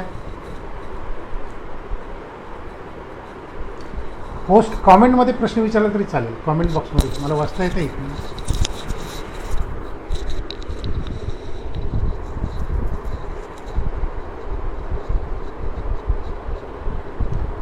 पुढचा प्रश्न विचारा, नाहीतर मग कार्यक्रम संपवा. पण आजपासून कामाची सुरुवात करा, कार्यक्रम संपेल आणि काम सुरू होईल. आणि हे जे ओबीसी जनगणनेचे पुस्तक आहे 80 रुपये किमतीचं आहे, पण तुमच्यासाठी मी 50 रुपयात देईल. 10 प्रती जर कमीत कमी मागवल्या तर पोस्टेज खर्च तुम्हाला येणार नाही. मी माझ्या खर्चाने तुम्हाला हे पुस्तक पाठवेल.